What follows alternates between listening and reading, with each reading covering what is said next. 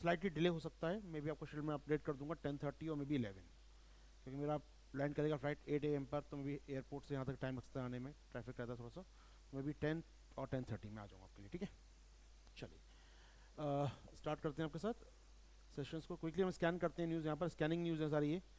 30 bunch बना रखे हैं स्कैन करने के लिए मैंने। लगभग 150 टॉपिक है इस प्रकार के हमारे पास बात करने के लिए। इसमें आज 30 करेंगे और कल पूरा करेंगे हम टॉपिक को। आज पहले 30 को यूज़ करते हैं हम लोग। स्टार्ट करते हैं फटाफट। आप सिर्फ इंडेक्सिंग करते जाइएगा ना, सिर्फ इंडेक्सिंग की न्यूज़ क्या आया था, टर्मोलॉजी क्या आया था, ठीक है। ऑनलाइन टू चलो। First point, internet subscriber in India. Bharat में इंटरनेट सब्सक्राइबर कितने हैं? इसका हिंदी नोट्स भी मिल जाएगा, जो बच्चे हिंदी के हैं उनको हिंदी नोट्स भी मिल जाएगा इसका। यही फाइल आपकी तैयार हो रही है नोट्स की, तो आपका हिंदी नोट्स कहाँ गया इसको, कैप 20 इकोनॉमिक 24 नोट्स। तो जो हिंदी के स्टूडेंट हैं उनको हिंदी की नोट्स मिल जाएंगे इस टाइप का, सॉरी फॉन्ट मिस हो गया इसका, हिंदी की नोट्स मिल जाएंगे उनको। और ये पूरा इंडेक्सिंग है अपने पास करने के लिए, तो पूरा इंडेक्सिंग करना है हमको ये। तो ऑलमोस्ट 20 टॉपिक इंडेक्सिंग हमारे पास, ये करेंगे हम लोग। और नोट्स तैयार हो गए हैं ऑलमोस्ट, जैसे इकोनॉमी खत्म होगा मैं आपको हैंड ओवर कर दूँगा, ठीक है। क्विकली स्कैन कर लेते हैं नोट्स को हम लोग यहाँ पर अपने। हिंदी का PDF फॉन्ट मिस हो गया, लेकिन मिल जाएगा, चिंता ना करें आप लोगों को, ठीक है। चलिए स्टार्ट करते हैं। First is internet subscriber India. Bharat में कितने इंटरनेट सब्सक्राइबर हमारे पास हैं? तो डेटा नियरली हमारे पास है 88 करोड़। तो we have 88 crore internet subscriber, report by TRI, TRAI की रिपोर्ट है ये, कि 88 हमारे पास 88 करोड़ सब्सक्राइबर हैं इंटरनेट के। तो अच्छी बात, जो काफ़ी अगर कंपेयर करें 1 साल पहले दिसंबर 22 में वो 86 थे, तो 86 टू 88 करोड़ हो गए, तो बढ़ गए इंटरनेट यूज़र, अच्छी बात है। जो कि हमारे यहाँ पर इसमें से अगर हम बात करें तो इसमें से नियरली हमारे पास जो 33 मिलियन, ऑलमोस्ट 3 करोड़ जो हैं वो वायर्ड हैं, यानी ऑप्टिकल फाइबर जा रहा है घर में उनके। और 85 करोड़ वायरलेस है, दैट मीन्स मोबाइल के जरिए कर रहे हैं। तो ये बड़ी बात है अपने आप में। देश में इंटरनेट यूज़ करने के लिए मोबाइल एक बड़ा टूल है। 85 करोड़ यूज़र हैं जो मोबाइल के जरिए इंटरनेट यूज़ कर रहे हैं अपने यहाँ पर, तो निश्चित तौर पर एक अच्छा काम है। इसके अलावा याद रखिएगा, वी हैव 35 करोड़ यूज़र जिनके पास ब्रॉडबैंड सर्विस है। डेटा में लिख रहा हूँ, कॉपी के लिए लिखिए साथ में, 35 करोड़ के पास ब्रॉडबैंड है। चलिए, तो इसमें कुछ खास नहीं करना हमको। सेकंड न्यूज़ पर आते हैं आपके साथ। तो लगातार बढ़ रहा है। लार्जेस्ट स्टेक किस कंपनी का है इसमें? जियो का है। जियो के पास नियरली यहाँ पर 43 करोड़ सब्सक्राइबर हैं जियो के पास। एयरटेल के पास 37 करोड़ सब्सक्राइबर है। तो इंपॉर्टेंट नंबर ने याद नहीं करना आपको, नंबर ये नहीं, company wise Jio, Airtel and VI का स्टेक है कंपनी में यहाँ पर। जियो और एयरटेल अगर हम बात करें तो ऑलमोस्ट 37% स्टेक जियो का है, 32% स्टेक एयरटेल का। ऑलमोस्ट दो कंपनी मोनोपोली कर रही है मार्केट में, 70% यूज़र इन्हीं के पास है। जियो के पास 37% और ऑफकोर्स 32% है एयरटेल के पास। तकरीबन 70% होता है, दोनों को मिला दिया जाए तो 70% यूज़र, इंटरनेट यूज़र क्या यूज़ कर रहे हैं? जियो और अदरवाइज एयरटेल। तो मोनोपोली दिखाता है, ड्यूपोली दिखाता है, बेसिकली कॉन्सेप्ट ड्यूपोली का है। बाकी हमारे पास वोडा है या प्राइवेट वेंडर्स काम करते हैं, इंटरनेट सबको पहुँचा रहा है, बहुत सारी प्राइवेट कंपनियां काम कर रही हैं इसमें, फिर भी 70% दोनों का होल्ड है। और 85 करोड़ यूज़र हमारे वाया यूज़ करते हैं वायरलेस, यानी मोबाइल के द्वारा। चलिए मूव करते हैं, हेड बनाएंगे call money rate. Call money rate call money rate इस पूरे साल में क्या हुआ? लिक्विडिटी क्रंच बहुत रहा है, बार बार आया है बैंकों के सामने। लिक्विडिटी क्राइसिस बार बार आई है बैंकों के सामने कई कारणों से। चाहे कभी कहना चाहिए मुझे नोटबंदी हो गई बीच में, 2000 नोट बंद हो गया तो बीच में हमारे यहाँ पर लिक्विडिटी क्राइसिस बहुत ज़्यादा रहा इस बार बैंकों के पास। कई कारण हो सकते हैं लिक्विडिटी, क्योंकि RBI ने लोन देना बंद कर दिया, महंगा कर दिया इंटरेस्ट रेट, तो बैंकों के पास पैसा नहीं था फर्दर लोन देने के लिए, उसके लिक्विडिटी क्रंच आ गया बार बार। तो RBI ने बीच बीच में काफ़ी काम किया, मैं अपडेट कर दूंगा आपको यहाँ पर छोटा सा। और हम देखें तो लिक्विडिटी क्रंच को दूर करने के लिए RBI क्या करता है, शायद बात की थी हम लास्ट टाइम, ऑक्शनिंग VRR या VRR, याद होगा VRR, वेरिएबल रेपो रेट या ऑक्शनिंग ऑफ रेपो रेट, हमने बात की थी इस बारे में। तो ये करता है RBI। इसके अलावा RBI ने ट्राई किया है कि वो बैंकों को ज़्यादा पैसा सप्लाई कर पाए। कई बार हमने देखा कि कॉल मनी बहुत ज़्यादा हो गया, कॉल मनी रेट बहुत ज़्यादा हो गया। क्या होता है कॉल मनी रेट? ये थोड़ा सा कॉम का टॉपिक है, लास्ट टाइम PD में आया था क्वेश्चन इस पर, कॉल मनी रेट पर। UPSC ने पूछा था इसमें से कौन सा मनी मार्केट और कैपिटल मार्केट का टूल है। 4 दिए थे ऑप्शन उसमें, GSEC, कॉल मनी, T-बिल था शायद मेरे ख्याल से, और उसमें एक और चीज़ थी वहाँ पर। तो 4 में से कौन कौन सा आइटम मनी मार्केट या कैपिटल मार्केट के हैं? तो याद रखना, ये शॉर्ट टर्म होता है, ये कॉल मनी हमेशा शॉर्ट टर्म होती है, और शॉर्ट टर्म होगा तो किसका पार्ट होगा? मनी मार्केट का पार्ट होगा instead of call capital market. तो पार्ट होता है मनी मार्केट का पार्ट होता है ये। कॉल मनी क्या होता है? Basically inter banking exchange rate बोल सकते हैं हम लोग, बैंक एक दूसरे को लोन देते हैं इस पर। या कॉल मनी रेट हम बोल सकते हैं कि मैं आपको ऑफर कर रहा हूँ, लेट से मेरे पास सरप्लस रखा हुआ है, आपको पैसा चाहिए मुझसे, ले जाओ या उठा के। जब मैं लेकिन वापस मांगूँ तो आपको देना पड़ेगा। जब मैं कॉल करूँ अपनी मनी को तो आपको देना पड़ेगा। पुट ऑप्शन नहीं है ये, कॉल मनी ऑप्शन है। यानी आप मुझसे ले जाओ, पैसा रखा हुआ है, ले जाओ। ऐसे में लाइक मैं शेयर मार्केट डील करता हूँ, मुझे पैसा डेली चाहिए होता है शेयर मार्केट में, ठीक है। अब लेकिन परमानेंट भी नहीं चाहिए मुझे, अब दे दो, मैं रख लूँगा अपने पास, शेयर में लगा दूंगा। जिस दिन वापस मांगोगे उस शेयर को बेच के आपको लौटा दूंगा। तो लोन नहीं है ये कंडीशनल लोन है, कॉल मनी बोलते हैं कई बार उसको हम लोग। तो आप लगाते हैं बिजनेस में, जिस दिन बैंक वापस मांगेगा उसे निकाल के दे देंगे आप उसको वापस, यहाँ पर आप प्रॉफिट कमा लेंगे इस बीच में आप। तो कॉल मनी में हम करते क्या है, कॉल मनी रेट क्या होता है, वो रेट जो बैंक ने आपको लोन दिया, आपने फर्दर इन्वेस्टमेंट किया, जिस दिन बैंक ने वापस मांगा आपने बैंक को उठा के वापस कर दिया, तो बैंक कॉल करता है अपनी मनी को यहाँ पर। एक होता है पुट मनी, तो हम पुट की बात ही नहीं कर रहे हैं यहाँ पर, कॉल मनी की बात हो रही है। तो यहाँ पर क्या होता है, बैंक शॉर्ट टर्म लोन देता है लोगों को, पैसा पड़ा ले जाओ यार। तो इस बार कॉल मनी इतना ज़्यादा हो गया कि एमएसएफ क्रॉस कर गया वो, क्योंकि बैंक का पैसा ही नहीं था यहाँ पर। जब मेरा पैसा नहीं होगा तो मांगने आओगे तो मना कर दूंगा तुमको मैं, यानी इंटरेस्ट रेट हाइक हो जाएगा। तो कॉल मनी रेट हाइक होने कब होगा, जब बैंक के पास इतना पैसा भी नहीं है कि 10 दिन की दे सके किसी को यहाँ पर। बात समझ में आई। तो जब भी लिक्विडिटी क्राइसिस होगा कॉल मनी रेट हाइक होगा, इस बात को याद रखिएगा हमेशा। जब भी लिक्विडिटी स्ट्रेस होगी, लिक्विडिटी कम होगी बाजार में, कॉल मनी रेट हाइक हो जाएगा, ठीक है। तो इस बार कॉल मनी रेट हाइक देखा गया due to high interest rate by RBI. RBI की ब्याज दरें बहुत ज़्यादा थी इस बार, जिसके चलते इस बार कॉल मनी रेट काफ़ी ज़्यादा हुआ, ठीक है। चलिए, तो वेरिएबल रेपो रेट हम देख चुके हैं, कॉल मनी रेट हमने देख रहे हैं यहाँ पर स्ट्रेस का असर, क्योंकि ये पूछ सकता है यूपीएससी ऑलमोस्ट 1.5 ईयर से इंटरेस्ट रेट बहुत ज़्यादा चल रहे हैं। तो हाई इंटरेस्ट रेट जब मार्केट में होते हैं, जैसे इस समय चल रहे हैं, तो इसका असर क्या क्या होता है, इसका इम्पैक्ट क्या क्या होता है। तो एक बार फिनोमेना खींचते मेंस पॉइंट ऑफ व्यू से, पीडीएफ भी आ सकता है। हाई इंटरेस्ट रेट जब मार्केट में होता है लंबे समय तक, तो क्या इम्पैक्ट पड़ता है। हाई इंटरेस्ट रेट होगा तो लोग लोन नहीं लेंगे, डिमांड क्रैश होगी मार्केट के अंदर। मैं लग्जरी गुड्स पे नहीं खरीदूंगा, मकान नहीं खरीदूंगा, ज़मीन नहीं खरीदूंगा, तो क्या होगा, डिमांड क्रैश हो गई मार्केट के अंदर, डिमांड नीचे आएगी, डिमांड कम हो जाएगी हमारी, यानी कंजम्पशन कम हो जाएगा हमारा। सेकंड, हाई इंटरेस्ट रेट होगा तो लोग निवेश नहीं करेंगे, इन्वेस्टमेंट नहीं करेंगे, नया लोन लेके इन्वेस्टमेंट नहीं करेंगे, तो इन्वेस्टमेंट कम होगा देश के अंदर। कैपिटल इन्वेस्टमेंट कम हो सकता है इस केस में, कैपेक्स कम हो सकता है कंपनियों का, वो इन्वेस्टमेंट ना करें। कैपिटल एक्सपेंडिचर कंपनियों कम होगा, इसलिए गवर्नमेंट को खर्च करना पड़ रहा है, इस समय देख रहे हैं आप गवर्नमेंट कैपेक्स बढ़ा रही है अपना, क्योंकि प्राइवेट कंपनियां नहीं कर रही हैं। तो कैपेक्स कम होगा गवर्नमेंट का या इवन प्राइवेट्स का। और क्या असर पड़ेगा, हाई इंटरेस्ट रेट होगा तो लंबे समय तक हम देखेंगे कॉल मनी जैसी चीज़ें या बैंकों में लिक्विडिटी क्रंच होता जाएगा। लिक्विडिटी क्रंच होगा बैंक के पास, तो यहाँ पर लिक्विडिटी क्रंच हो रहा है बैंकों के पास फाइनली, क्योंकि वो रेपो रेट पर पैसा नहीं उठा रहे आरबीआई से, एमएसएफ पैसा नहीं ले रहे आरबीआई से, वो लोग तो पैसा नहीं उठा रहे हैं आरबीआई से, क्योंकि उनको इंटरेस्ट रेट काफ़ी महंगा लग रहा है। तो लिक्विडिटी क्रंच होता है बैंकों के पास समय। हाई इंटरेस्ट रेट होता है तो सीधी बात है, बाकी चीज़ें लाइक कॉल मनी रेट ये एनहेंस हो जाता है अपने आप ही, लंबे समय तक कॉल मनी रेट बढ़ जाएगा अपने आप में। हाई इंटरेस्ट रेट अगर लंबे समय तक रहेगा हाई इंटरेस्ट रेट, तो उसका एक इम्पैक्ट और पड़ता है कि बैंकों या मार्केट में लिक्विडिटी तो कम हो ही गई है आपकी, क्योंकि इन्वेस्टर का पैसा नहीं है।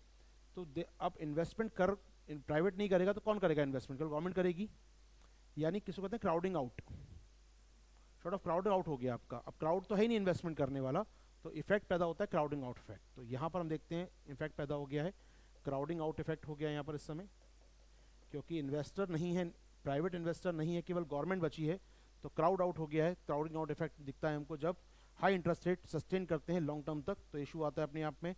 इसके अलावा हाई इंटरेस्ट रेट सस्टेन करेंगे लॉन्ग टर्म तक तो और क्या होगा, इसका असर और क्या पड़ सकता है, ग्लोबल मार्केट पर हाई इंटरेस्ट रेट होगा, एक्सचेंज रेट पर असर पड़ेगा इसका, क्योंकि हाई इंटरेस्ट रेट आपके यहाँ पर है तो लोग बैंक में जमा कर रहे हैं। आपके पैसा अगर आएगा, आ सकता है क्या, बहुत ज़्यादा नहीं आएगा, इंटरेस्ट रेट बहुत ज़्यादा है आपके यहाँ, इन्वेस्टमेंट का इकोसिस्टम ही नहीं है आपके यहाँ पर, तो आप इन्वेस्टमेंट पुल नहीं कर पाएंगे, डॉलर को पुल नहीं कर पाएंगे, और जब पुल नहीं करेंगे तो क्या होगा, फॉरेक्स कम होगा, हो भी गया 590 बिलियन पे आ गया फॉरेक्स हमारा, और फॉरेक्स कम होगा तो आपका एक्सचेंज रेट स्ट्रॉन्ग कमज़ोर होगा। जब फॉरेक्स नहीं आ रहा है, डॉलर नहीं आ रहा, तो आपका डेप्रिसिएशन होगा अभी करेंसी का, हो भी रहा है, ऑलमोस्ट 85 चल रहा है लंबे समय से, तो करेंसी का लॉन्ग टर्म में डेप्रिसिएशन होगा अपनी। हाई इंटरेस्ट बना के रखेंगे तो डेप्रिसिएशन होगा, मूल्यन होगा करेंसी का, क्योंकि इन्वेस्टमेंट आना बंद हो जाएगा बाहर से। इन्वेस्टमेंट क्यों नहीं आ रहा, क्योंकि इकोसिस्टम नहीं है। जब मैं पैसा लगा रहा अपने देश के अंदर, बाहर से कोई क्यों लाएगा, और जब बाहर से नहीं लाएगा तो forex come that means depreciation of currency, और डेप्रिसिएशन मतलब सीधी बात है आपके लिए एक्सपोर्ट करना मुश्किल हो जाएगा। हमारे एक्सपोर्ट इस साल कम हुए हैं लास्ट ईयर के मुकाबले, तो एक्सपोर्ट्स कम हो रहे हैं हमारे एक्सपोर्ट्स कम नहीं करना चाहिए, फिर भी डेप्रिसिएशन होगा तो कहीं ना कहीं करेंसी को नुकसान होगा, अल्टीमेटली करेंसी को नुकसान होगा बहुत ज़्यादा हमारे यहाँ पर। चलिए एक्सपोर्ट इम्पोर्ट मत जोड़िए इससे, अभी हो पाएगा टॉपिक तैयार। चलिए तो ये कॉल मनी रेट जोड़ लीजिएगा इसमें। आगे बढ़ते हैं इंडेक्स में। तो कॉल मनी रेट एक फिनोमेना आईसीआरआर चर्चा में तो बात हो गई आईसीआरआर की इस बार। आईसीआरआर एक सीआरआर सुना हम लोगों ने, कैश रिजर्व रेशियो, फाइन सब जानते हैं। ICRR incremental CRR, what is ICRR? जब क्या हुआ 2000 का नोट बैन हुआ था, याद है आपको, मई जून में, याद है किसी को? चल रहे थे 2000 का नोट, पहले 2000 का नोट चलता था अपना, एक पिंक वाला चिप लगी थी इसके अंदर, बताया गया था। तो वो 2000 का नोट जब बंद हुआ था तो उस नोट के बंद होने पर बैंक को पैसा बहुत सारा आ गया, सरप्लस बहुत सारा पैसा जमा कर दिया लोगों ने जाके बैंक में। अब लोन लेने कोई आ नहीं रहा, हाई इंटरेस्ट रेट है, क्योंकि इंटरेस्ट रेट हाई है तो लोन कोई नहीं ले रहा मुझसे, लेकिन पैसे जमा करने सब लोग आ गए। अब बैंक का पैसा पड़ा है यहाँ पर, बैंक को इंटरेस्ट तो देना पड़ेगा ना इस पर। मेरे पास मान लो 1 लाख रुपये से मैं जाके जमा कर दिए बैंक में, लोन नहीं ले रहा हूँ, तो 1 लाख रुपये जमा हो गए बैंक में मेरे। मैं कह रहा हूँ लाओ मुझे 5% इंटरेस्ट दो, सेविंग अकाउंट खोला मैंने, आपके एफडी कर दी मैंने, लाओ पैसा दो मुझे ये। अब बैंक कहाँ से देगा? बैंक कहाँ से लाता है? जब मुझसे पैसा लेता है आगे लोन देता है। अब ये चेन टूट गई है उसकी। तो आरबीआई ने कहा ठीक है रुको बैंक, चिंता मत करो, तुम सीआरआर मुझे कितना देते हो? 4% ना, तो मैं जो इन्वेस्ट अब जो आया नया पैसा ना, इस पर मुझे इंक्रीमेंटल सीआरआर दो। तो आई सीआरआर था ओनली फॉर दोज डेज जब 2000 का नोट बैन हुआ था, उस समय का फिनोमेना था। आरबीआई ने सीआरआर बढ़ा दिया था फॉर ड्यूरिंग दोज जब 2000 के नोट जमा हो रहे थे। तो maintain incremental capital reserve ratio था आईसीआरआर, दैट मीन्स सीआरआर का हाइक था। वैसे 4% था सीआरआर अपना, आईसीआरआर 10% था अपना। यानी आपके पास जो डिपॉजिट आ रहा है उसका 10% आरबीआई में जमा कर दो बिना कुछ बात के, जिससे आपकी लिक्विडिटी कम हो जाएगी थोड़ी सी यहाँ पर। तो ये आईसीआरआर का कॉन्सेप्ट याद रखिए। आईसीआरआर ये तब हुआ था जब बैंक ज़्यादा अमाउंट दे रहे थे आरबीआई को, नियरली 10% ऑफ देयर एनडीटीएल, जो भी बैंक के पास पैसा जमा हो रहा था उसका 10% सीआरआर के रूप में जा रहा था आरबीआई के पास। नॉर्मल सीआरआर 4-4.5% होती है, इस केस में सीआरआर हो गई थी आपकी ऑलमोस्ट 10% ही थी एग्जैक्टली। कब के लिए? फिक्स टाइम के लिए थी ये, जून जुलाई जब चल रहा था नोटबंदी का, वो तब हो रहा था ये। हो पाएगा टर्मोलॉजी? चलिए आगे बढ़ते हैं हम लोग यहाँ से। ओके एलएएफ, अच्छा एक शब्द होता है अपने पास लिक्विडिटी कॉरिडोर, सुना है कभी? लिक्विडिटी कॉरिडोर क्या होता है?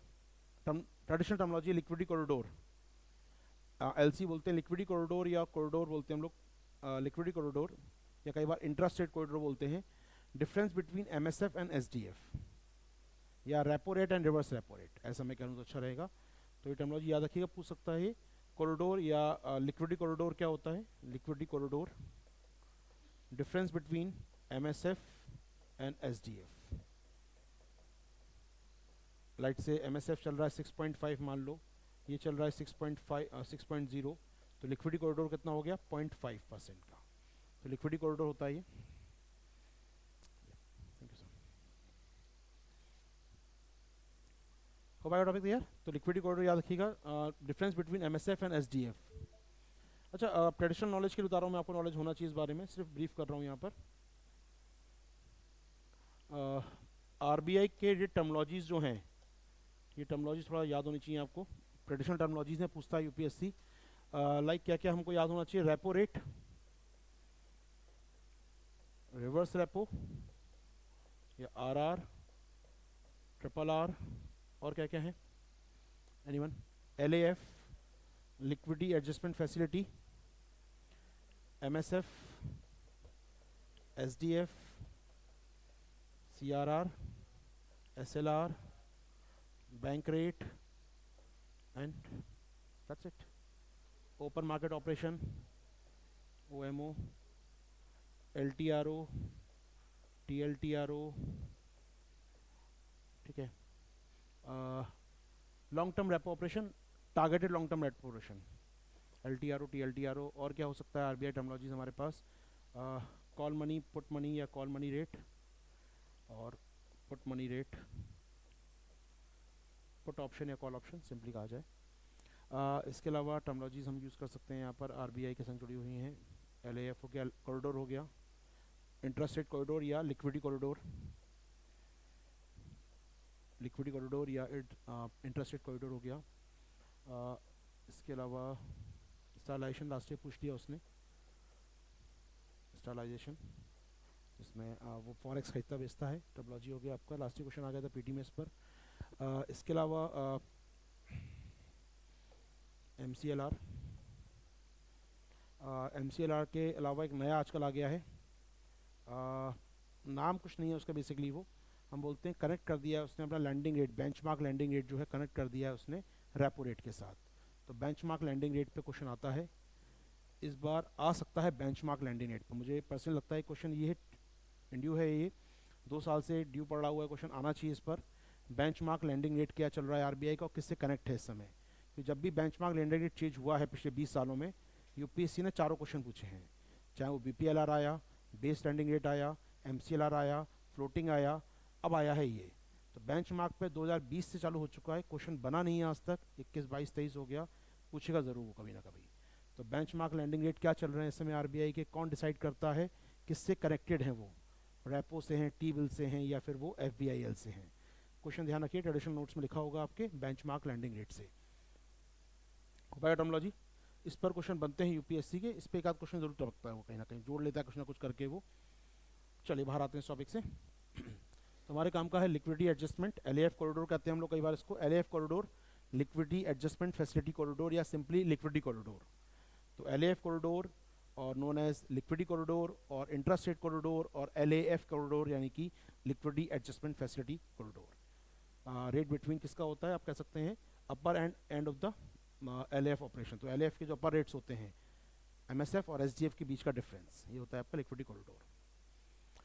चलिए नेक्स्ट पे आते हैं आपके साथ, इसमें क्या है अपना, ओके वन लाइन सुन लीजिए। CVC जो अपना है, CVC सब समझते हैं, CVC ने बैंक फ्रॉड्स को जांच करने के लिए एक अलग से विंग तैयार कर दी है, a separate wing for investigation of bank frauds case. तो क्या है विंग का नाम, विंग का नाम आपकी स्क्रीन पर है, ABBF नाम देख रहे हैं यहाँ पर, advisory board on banking and financial frauds.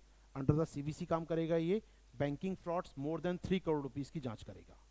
तो स्केल तय किया गया, मोर देन 3 करोड़ रुपीज़ का स्केल तैयार किया गया है, कि अगर 3 करोड़ से ऊपर का स्केल कोई फ्रॉड हुआ है बैंक में, NPA बन गया, कोई लेके भग गया, मिस्टर माल्या 2.0 आ गए, तो वो सब जांच करेगा ये हमारा सिस्टम ABBF। हो पाएगा ये।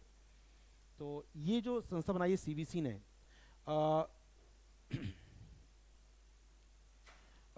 मान लीजिए किसी केस को CBI को दिया जाए या ना दिया जाए, कोई CBI जांच करे, तो पहले CBI से पहले ये पूछेगा, ये बताएगा कि जांच करो क्या ना करो उस मामले की, इसमें कि बैंक की गलती है, कि फ्रॉड हुआ है, या सिंपली एक प्रोजेक्ट फेल हो गया।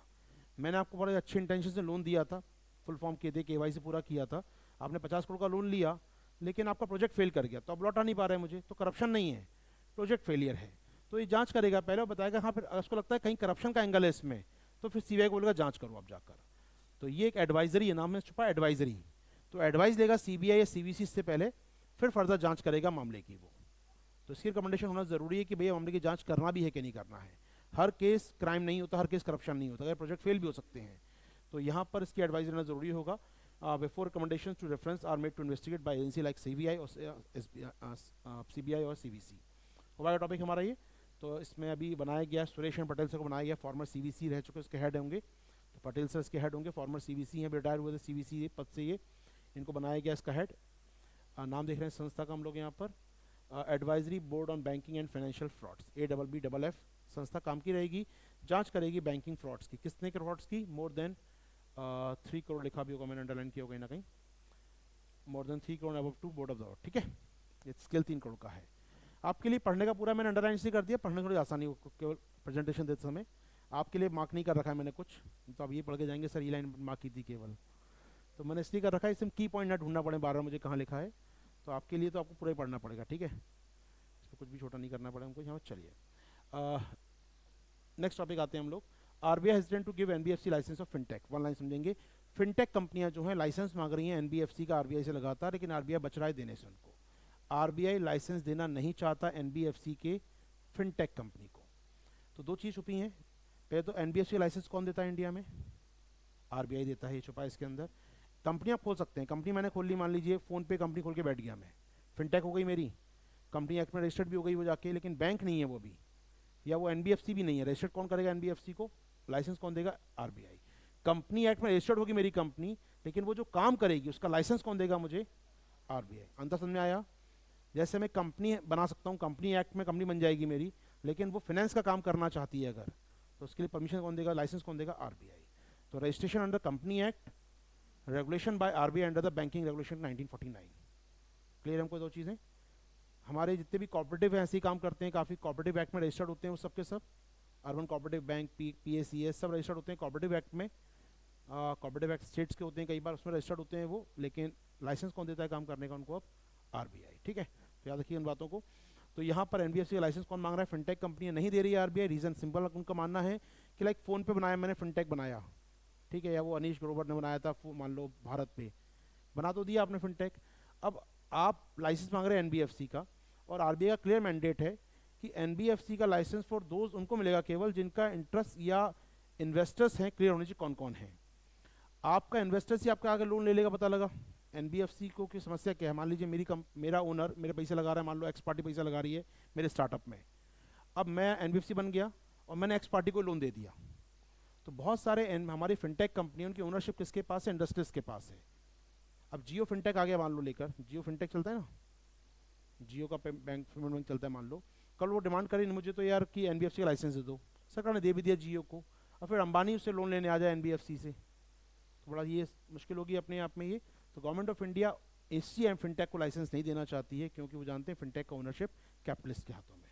क्लियर हमको यहाँ पर ये, तो ये थोड़ा सा याद रखिए, इस टॉपिक आ सकता है काम आपके लिए। तो बहुत सारी कंपनियां लाइक क्रेड है, जुपिटर, ऐसी कंपनियां हमारे पास हैं जो इस समय फिनटेक का काम कर रही हैं। क्रेड का नाम सुना होगा आपने, लेट से फिनटेक है एक, वो डिमांड करी एनबीएफसी लाइसेंस दे दिया जाए उनको, बट नहीं दे रहे हैं एनबीएफसी लाइसेंस, क्योंकि सिंपल सा काम है इनका।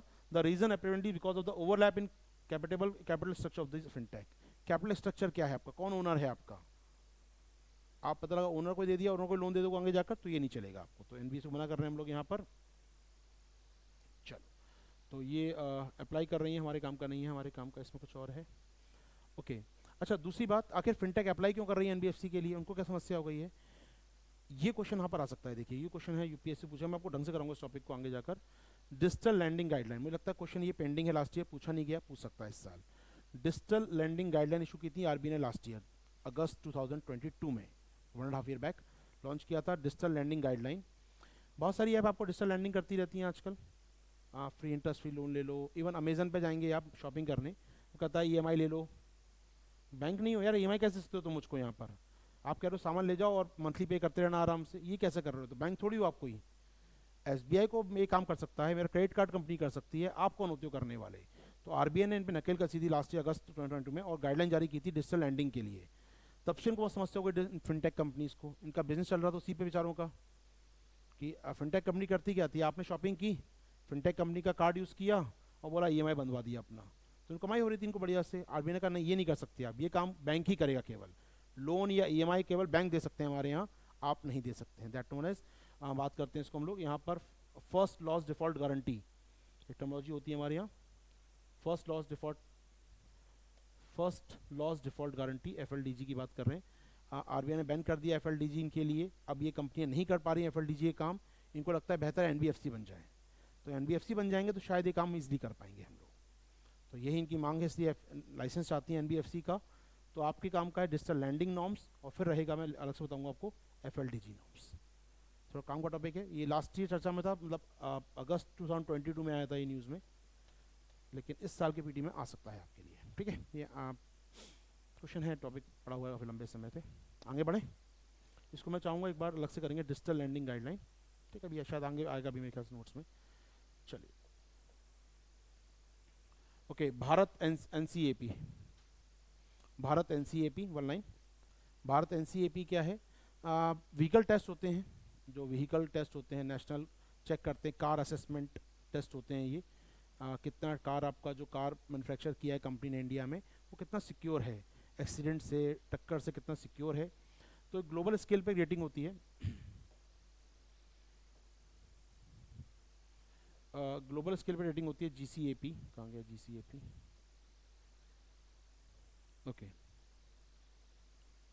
एक होता है ग्लोबल एनसीएपी या जीसी ग्लोबल एनसीएपी, ये क्या है, एक प्रकार से कार का असेसमेंट करते हैं लोग, एनसीएपी मतलब होता है कहीं ना कहीं कार का असेसमेंट करना है यहाँ पर, ठीक है, new car assessment program, NCAP बोलते हैं उसको, न्यू कार असेसमेंट प्रोग्राम। तो ग्लोबल स्केल पे एक एनजीओ कराता है ये, दुनिया भरी कंपनियां अपनी कारें देती हैं उनको, 3-4 कारें देती हैं, टक्कर मार के देखो, टकरा के देखो भैया ठीक कार है क्या नहीं, तब सर्टिफाइड करो 1 star 2 star 3 star 4 star 5 star तक रेटिंग होती है इनकी कारों की। तो सिक्योरिटी वाइज आपको मिल गया, मान लो 5 स्टार मिल गया एनसीएपी से, ग्लोबल एनसीएपी, तो कार दिखाती कंपनी देखो मेरी कार 5 स्टार सेफ है, आप फैमिली के साथ चल सकते हैं गाड़ी के अंदर। जैसे इंडिया में कुछ कंपनियां हैं, जैसे मारुति वाला को स्टार ही नहीं मिला उसको तो इंडिया में, मतलब तो बताया इतनी ख़राब कार है, इतनी कोई स्टार ही नहीं दिया। महिंद्रा वालों को उन्होंने 5 स्टार, महिंद्रा दिखाता है बड़ा से को 5 स्टार कार है मेरी, यहाँ पर मेरी कारें सुरक्षित हैं, मेरी गाड़ियाँ असेसमेंट टेस्ट पास करके आई हैं। तो अभी जो होता है वो ग्लोबल लेवल पर होता है, इंडियन कंपनी को बाहर भेजनी पड़ती हैं कारें, तब वो चेक होती हैं, तब वहाँ से स्टार मिलता है। हम चाहते हैं खुद का हमारा डिज़ाइन सिस्टम हो, हम खुद का टेस्टिंग तैयार करें। तो भारत एनसीएपी क्या है, इंडिया का own car assessment standard. Clear है हमको लाइन, सभी क्लियर है ऑनलाइन? चलिए, तो इंडिया का खुद का ही अपने आप में होगा। ऑटोमोबाइल मैन्युफैक्चरर जो है कार टेस्ट करते हैं, वो अपनी क्रैश करते हैं, टेस्ट करते हैं, कार को फिर रेटिंग देते हैं, तो इंडिया में खुद का होगा। ऑटोमोटिव इंडस्ट्री में काम आएगा, सुनिए काम आएगा देखिए ऑनलाइन। ऑटोमोटिव इंडस्ट्री का स्टैंडर्ड 197 स्टैंडर्ड्स बोलते हैं हम उसको, यहाँ पर नंबर 197, ये इसका नंबर मतलब है कि कार सेफ है, उसके अकॉर्डिंग आपका टेस्ट दिया जा रहा है। तो स्टैंडर्ड लिखे हैं शॉर्ट ऑफ कि ये टेस्ट करना चाहिए, ऐसे करो ऐसे करो ऐसे करो, ये कहाँ लिखे हैं सारे, ये लिखे हैं कोड नंबर 197 है, स्टैंडर्ड 197 में। तो ग्लोबल एनसीएपी काम करती है अभी इसके लिए, ग्लोबल एनसीएपी काम करती है, शॉर्ट ऑफ एनजीओ है ये। अब हमने खुद का तैयार किया BNCAP, भारत एनसीएपी, जहाँ अपनी गाड़ी को खुद टेस्ट करेंगे। हो पाएगा ये, क्योंकि हमारी बड़ी कार कंपनियाँ फेल हो गई इन ग्लोबल टेस्ट में। अब उनकी शिकायत है यार, ये ग्लोबल टेस्ट वाले कुछ ना कुछ करते रहते हैं, मतलब खुद का होगा तो अच्छा रहेगा हमारा, हम खुद चेक कर लेंगे, समझ सकते हैं इस बात को। अब मारुति वाले को कोई स्टार ना मिले तो मारुति वाले समझते हो, कोई गाड़ी में इतनी बिकती है, कोई टेस्ट ही नहीं कर रहा, मतलब टेस्ट किया 0 स्टार, जो कहते हैं ख़राब गाड़ी है आपकी, तो मुश्किल होती है इनके लिए। अब चाह रहे हैं इंडिया में खुद का आ जाएगा अपना ये। हो पाएगा टॉपिक तैयार? भारत एनसीएपी, माफ़ कीजिए, भारत एनसीएपी, अभी ग्लोबल एनसीएपी होता है, उसका ये ऑल्टरनेट होगा इंडिया में, वॉलंटियर बेसिस पर होगा। वॉलंटियर मतलब आप चाहते हैं आपको 5 स्टार रेटिंग मिले या आपको स्टार रेटिंग मिले, तो आप अपनी गाड़ी दे दीजिए इनको 4-5 क्रैश करने के लिए, नहीं चाहते मत दीजिए। तो मैन्युफैक्चरर का वॉलंटियरशिप होती है, वो अपनी गाड़ी को क्वालिटी दिखाना चाहता है या नहीं दिखाना चाहता।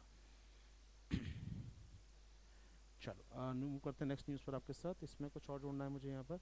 अच्छा, कौन सा एनजीओ देख लीजिए एक बार, वन लाइनर।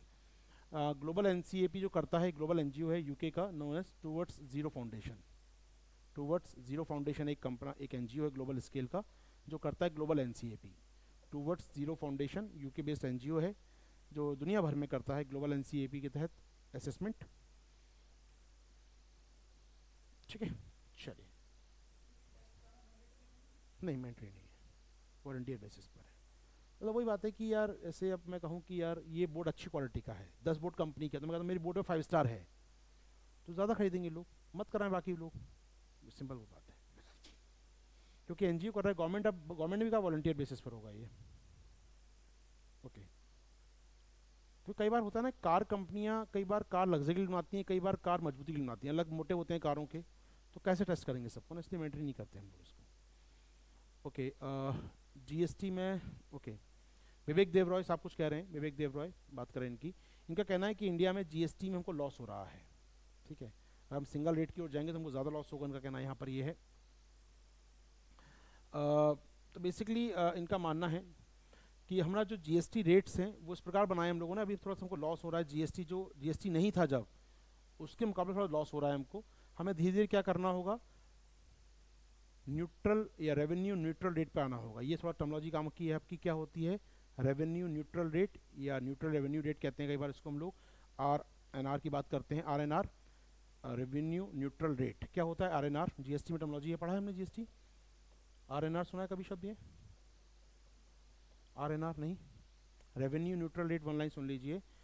लेट से मैं कहूँ कि बिफोर जीएसटी एक रेट चलता था, एक्साइज ड्यूटी लगती थी, उससे 1 लाख टैक्स आता था, जीएसटी लगाया 80,000 टैक्स आ रहा है, नुकसान होगा 20,000 का।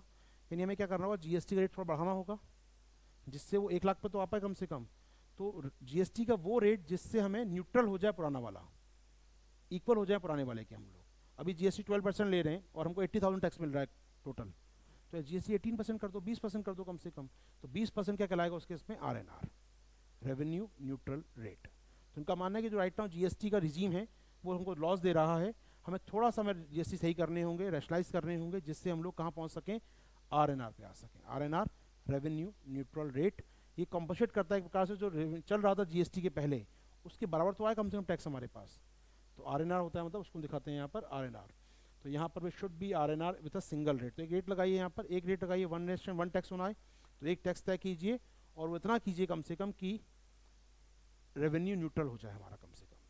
तो ये इम्पॉर्टेंट बात है। तो देखते हैं सरकार क्या कर रही है, फिलहाल कुछ कर नहीं रही है इसमें।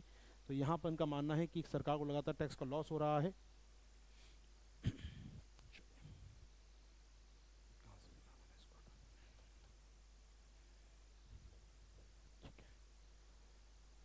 Okay, Dibang multipurpose project, one line. Dibang multipurpose project, Dibang multipurpose project Arunachal में, दिबांग रिवर पर, अरुणाचल की ट्रिब्यूटरी है दिबांग। दिबांग अरुणाचल की सहायक नदियों में से एक। इंडिया का सबसे बड़ा हाइड्रो पावर प्लांट बनेगा तो ये 2880 मेगावाट बड़ा प्लांट बनेगा। इंडिया का हाईएस्ट, सबसे लार्जेस्ट हाइड्रो पावर प्रोजेक्ट होगा इंडिया का, तैयार होगा जब ये। ठीक है, ओके। इसमें जो काम का है हमारे पास वो ये है कि एक बार रिवर्स देख लीजिएगा, काम आती है रिवर्स, कौन कौन सी रिवर्स कहाँ पर है यहाँ पर। ठीक है, लोहित है, दिबांग है, सबरी है या सुबनसिरी है, मनास है, यहाँ पर मानस है, कई रिवर हैं यहाँ पर जो काम की रहेंगी। लाइक जो ऊपर से आती है रिवर कौन सी है, वो तिब्बत से आ रही है जो सांगपो, अरुणाचल में एंटर करती है, क्या कहते हैं, ब्रह्मपुत्र असम में कहते हैं उसको, सांगपो, सियांग, ब्रह्मपुत्रा, पद्मा, पद्मा नहीं सॉरी जमुना, ये चार नाम है ब्रह्मपुत्रा के, जो हम कहते हैं सांगपो, सियांग इन अरुणाचल, असम में ब्रह्मपुत्रा और बांग्लादेश में जमुना, चार नाम है ब्रह्मपुत्रा के। तो अरुणाचल में सियांग रिवर जो है अपनी, ब्रह्मपुत्रा का नाम जो नाम है सियांग, उसकी ट्रिब्यूटरीज होते हैं, दिहांग है एक, बूढ़ी दिहांग, दिहांग है, दिबांग है, लोहित हैं, तो तीन इधर हैं आपके। और यहाँ सुबनसिरी, मनास इस साइड मिलेंगी आपको यहाँ पर, जो इस पूरे एरिया में फैली हुई हैं। ठीक है, याद रखिएगा, पूछ सकता है, पूछा भी है उसने। लोहित रिवर पर क्वेश्चन आ चुका है, यूपीएससी पूछ चुका है। अरुणाचल में लगातार क्वेश्चन बनते हैं, इस बार फिर चर्चा में अरुणाचल का एरिया आ सकता है। ठीक है, तो आइए बात करें दिबांग की एरिया। दिबांग यहाँ पर किस तरफ आएगी दिबांग, अगर मैं मैप ड्रॉ कर पाऊँ तो, अगर ये सियांग है, ये आ रही है सियांग अगर, तो दिबांग इस साइड आ रही है, इस साइड से, मतलब लेफ्ट बैंक से, नहीं ऐसे जा रही है नदी, लेफ्ट बैंक से, लेफ्ट बैंक से आ रही है, तो लेफ्ट बैंक से आ रही है रिवर ये। तो लोहित, दिबांग, दिहांग लेफ्ट बैंक से आ रही हैं, सुबनसिरी, मानस राइट बैंक से आ रही हैं। हाँ ठीक है, वो बायो टॉपिक तैयार हमारा ये। तो लोअर दिबांग, दिबांग की बात हो गई यहाँ पर, लोहित ये रहा, दिबांग ये रहा, तो ये बन रहा है प्रोजेक्ट। ठीक है, चलो वट एवर, कौन बना रहा है इसको, NHPC, सरकारी company NHPC, national hydro power corporation, NHPC design कर रही है इस प्रोजेक्ट को। इंडिया लार्जेस्ट हाइड्रो प्रोजेक्ट है। अभी कौन सा है राइट नाउ, इसके बनने से पहले इंडिया का largest hydro power project, anyone, कौन सा है बन चुका है, जो बना हुआ, मतलब अंडर प्रोसेस तो एक दो और भी हैं। जैसे सुबनसिरी बन रहा है, 3000 मेगावाट का बन रहा है वो, बट बन रहा है वो, अंडर कंस्ट्रक्शन है। सुबनसिरी ही बन रहा है, बगल में सुबनसिरी, असम और अरुणाचल बॉर्डर पे सुबनसिरी बन रहा है यहाँ पर, सुबनसिरी इस पर ही। और कोई से बना हुआ वो है नाथवा झाकड़ी। नाथवा झाकड़ी कहाँ पर है ये, शिपकिला, शिपकिला कहाँ है ये, हिमाचल, सतलज। तो जहाँ सतलज एंटर करती है इंडिया में, जस्ट एंटर करती है, एंटर करते ही मतलब 100 हार्डली 200-300 मीटर डिस्टेंस पर दो गांव है, नाथवा, झाकड़ी, उसके बीच में तैयार किया गया पूरा पूरा डैम वहाँ पर, नाथवा झाकड़ी डैम। शिपकिला के पास है शिपकिला, एक पास दर्रे का नाम है शिपकिला, जो बना है हिमाचल प्रदेश में, चाइना से इंडिया आने के लिए, तिब्बत से इंडिया में आने के लिए सतलज एंटर करती है शिपकिला से, वही बना रखा है इन्होंने। देश का हाइड्रो पावर नियरली 1500 मेगावाट का, तो 1480 का है लगभग, वो 1440-80 मेगावाट का है। नाथवा झाकड़ी बाय इन शिपकिला, कंपनी का नाम उसका बनाया उसने, उसका नाम है सतलज जल विद्युत निगम लिमिटेड, SGVNL, उसका नाम है सतलज जल विद्युत, SGVNL, सतलज जल विद्युत निगम लिमिटेड, नियरली 1500 मेगावाट का है। नाथवा झाकड़ी आपका जो बना है समवेयर शिपकिला, हिमाचल प्रदेश में, सतलज रिवर पर। ठीक है, वो अब तक लार्जेस्ट वही है, सतलज जल विद्युत निगम लिमिटेड, हिंदी में लिखते हैं हम लोग, सतलज जल विद्युत निगम लिमिटेड। दिहांग नहीं बेटा, दिहांग तो नहीं बन रहा है, दिहांग तो खैर अभी, दिहांग, दिबांग, सुबनसिरी बन रहे हैं, कुछ बना कुछ नहीं है अभी तक यहाँ पर। ठीक है, चलिए मूव करते हैं पर बॉइल्ड राइस, ये क्वेश्चन पेंडिंग है, कुछ आया नहीं है, आ सकता है इस साल भी। मतलब पर बॉइल्ड राइस क्या होता है निमन? पर बॉइल्ड राइस सुना है कभी इसका नाम? नहीं, जीरो। कुछ तो सुना होगा यार, मतलब इतना हंगामा हुआ, किसान पूरा दिल्ली की सड़कों को भर दिया था, किसान ला के नहीं खरीद रहे, तो हम कहाँ पटके इसके चावल को ले जाकर। लिसन केयरफुली, पर बॉइल्ड राइस होता क्या है? नॉर्मली आपका जो पैडी होता है, धान पैदा होता है खेत में, धान आपने शायद देखा हो खेत में या कभी धान को, तो उस पर हंस होता है, एक हंस होता है उसके ऊपर एक, आ, हंस को हटाया जाता है, मिल में ले जाते हैं, हंस को हटाया जाता है, तब आपको चावल आपका मिल से बन के आता है। तो आपको चावल आपका यूज़ करते हैं, आप राइस यूज़ करते हैं, वो मिल होता है, मिल से आता है वो चावल। मिल में क्या ले जाते हैं? हंस को ले जाते हैं हम लोग, हंस के साथ चावल, हंस अलग करता है, वो भूसी अलग कर देता है और चावल अलग हो जाता है। नॉर्मल फिनोमिना है। लेकिन हम क्या कर रहे हैं, जिन स्टेट में मिल में बहुत ज़्यादा मिल इंफ्रा नहीं है, मिल का नहीं था, वहाँ बात करें, वो करते क्या है वहाँ किसान, वो तोड़ा चावल, धान को तोड़ा हंस के साथ और हल्का सा बॉईल कर दिया, पानी में भिगोया, सोक किया पहले, फिर हल्का सा बॉईल किया, पूरा बॉईल नहीं करें ख़राब हो जाएगा, स्लाइटली बॉईल किया। जिससे क्या हुआ था, बॉईल करके फिर सुखा देते हैं उसको वो लोग, हल्का सा बॉईल करके सुखा दिया उसको, और सुखाने के बाद मिल में ले जाते हैं, जिससे वो थोड़ा आसानी से अलग हो जाता है उसका।